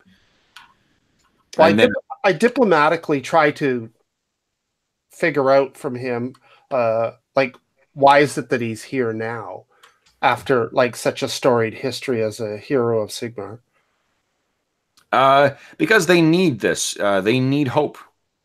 A place everywhere. Every place in the Empire needs someone to bring hope. And my time on the battlefield was over. Sigmar brought me here to stir to call those who he would see take up my place and take up arms against the foes of Sigmar and the foes of the Empire. Okay. We have sent devout young men north, south, east, and west in every direction to the Grey Mountains, to the frozen wastes of Norska, to the Chaos Wastes even. Indeed. Okay. Anything else you want to... No, I think that's probably good. Okay. If there's anything else between maybe now and the next session, if there is other stuff you want to that you can think of that you would have asked him, then I'm fine with that. Otherwise, we'll sort of pick up with you leaving the temple and meeting up with Harry and Werner at the next session. Okay. But let's award some XP though. I think we got the better of that deal, though, Dave. We got delicious food, and he got to meet the apocalyptic crazy man who runs the church. Okay, so where is it here? Rewards. You mean you guys didn't want to know that we were about to get beset upon by beastmen and undead hordes? No. I like surprises. And sink into a lake. Yeah, that's right. And sink into a lake. I'm kind of done with water, though. I think that Yeah, really. I think you would be incorrect there, based on I think if Werner had heard that, he might have wondered if the symbol of chaos that he had seen in the merchant courts was a vision and not just, a misreading. Oh, maybe, yeah. If he had been there to hear that. Would you have shared the specifics of the vision? I think so. Like, he would have told him, like... Well, I'm just wondering if Gerhardt would have. Oh, yeah. Yeah. Oh, for sure, right? I mean, okay. I'm undecided as to how much zealot and how much like truth there is to his vision. Yeah. But I mean, you can't not respect a veteran of the... Well, you know that, I mean, in the Warhammer world, there definitely is times when, I mean, with blessings and with invocations that the gods can make their will manifest in actual power in the world. And some of that might be sending visions. Oh, absolutely. There are bona fide mentally ill people as well. So, right. And the chaos gods are notorious tricksters. In particular, Slaanesh. Yeah, he's like the master of... Yeah. I can't remember. It's not disguise, but the deception. Yeah, because I think is Slaanesh the changer of the ways, or is that Tzeentch? That might be Tzeentch. Oh, okay. Tzeentch is the Tzeentch is the magician stuff. I think he's the patron of wizards and sorcerers and shit like that. Yeah. I know Khorne is war, Nurgle is rot. But Tzeentch anyway, is the master of change, and Slaanesh is the god of lust. Lust is okay. Pleasure. Okay. Okay, so then XP tonight, guys. We're not at the end of the adventure yet, so it's a normal session, but I think that we did quite well tonight. So I'm going to give you guys another 125 tonight. Sorry, how much? 125. 125. Yeah. And you guys all did did good role playing as well too. Let's round that up to 150. You soldier through my poor accents like troopers, so that's great. All right, so let's get out of here. So, what are you guys sitting on for awarded XP right now? I've got 745 total, so I think 325 unspent. Okay.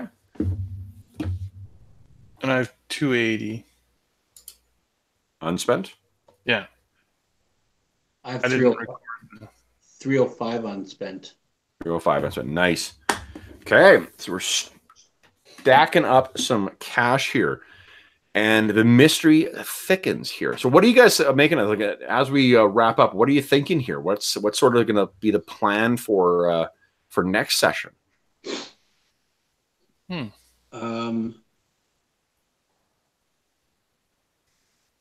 Well, I think obviously we go talk to the guard captain now that we. So if his vision is correct and there's a beastman horde, I'm sure the guard captain will be more aware of it. Yeah, and I'm guessing that the vision of the undead has something to do with the graveyard, so we might want to go out and see the Garden of Moor. Well, and if Florian came into town and was here, we should just check the 3 main exits to see if anybody noticed him leave. To confirm. Yeah, which way he was going, whether he was headed back towards Obert Rig or he was headed towards Nuln or Altdorf or wherever he was that he was going. Right. And if he didn't actually leave town, then we know our search is contained here. Right. Yeah, it'll vector our investigations a little bit better. Yeah. Nice. So are we losing all our coin again, or how does that? No. That's only when you guys do when you end an adventure. Oh, okay. Yeah, when you end an adventure, you get the chance to spend all your coin, and you get to spend your XP, and then at the end of that, that's when you would lose all your coin. But one of the activities you can do in downtime is bank. And it's neat because it depends on your social rank. So like gold tier people, no problem. You can access a bank. Silver, I think it actually requires some kind of roll. And brass, they turn you away. They're like, no, get the fuck out of here. You are way too low class. So what you do, your banking role is like you finding a tree in a woods somewhere and then like digging up and burying some shit. Yeah, the teller at the bank tells you, I don't want to have your extra set of clothes. This is not a laundry. Exactly. Take your riches and get out of here. So awesome. Okay, guys. So for those listening at home, thanks so much for joining us for session 4 of our Warhammer Fantasy Roleplay campaign. As always, if you have any comments, questions, or concerns regarding the session or the game, please don't hesitate to leave a comment in the comment section below, and I'll endeavor to reply in a timely fashion. Alternatively, you can reach me on Twitter at Dungeon Musings, or you can send me an email to dungeonmusings@gmail.com. You'll also note that there's a link in the description of the video to something called Heroes Save Villages. That is the charity fundraising campaign that we're running on the channel. We have paired up with the SOS Children's Villages International campaign or charity, which is a really terrific charity that provides direct benefit as well as advocacy for children living in really difficult circumstances, often orphans. If you click through on the link in the description, you can learn all about SOS Children's Villages International and the different rewards we have for the Heroes Save Villages campaign, or you can just make a donation to SOS Children's Villages International directly. Any money that goes through the campaign goes directly to the people at SOS Children's Villages International. None of it is eaten up by any bureaucracy, and none of it's eaten up by the channel. It all goes to them to help them do the very good work that they do. So if you enjoy the session, if you enjoy the content in the channel, I just ask that you consider clicking through and learning a little more about SOS Children's Villages International and the Heroes Save Villages campaign. So, but last but not least, I want to thank my players. The guys, I know everyone was pretty worn down on this particular Friday. This week has been brutal, but thankfully we have escaped Nurgle's grasp this week, and no one seems to be sick. So hopefully next time we'll all be well rested as well and ready to tackle what further secrets wait in Stromdorf. Until then, I do want to thank Dave and Jeff and Greg for playing tonight. Thanks so much, guys. I've been looking forward to running this game again since last time we quit. So I imagine the next 2 weeks are going to be pretty insufferable for me. Thanks, Kev. Yeah, thanks, Kev. All right. So, guys, then for those listening at home, again, thank you so much for watching. And until next time, happy gaming.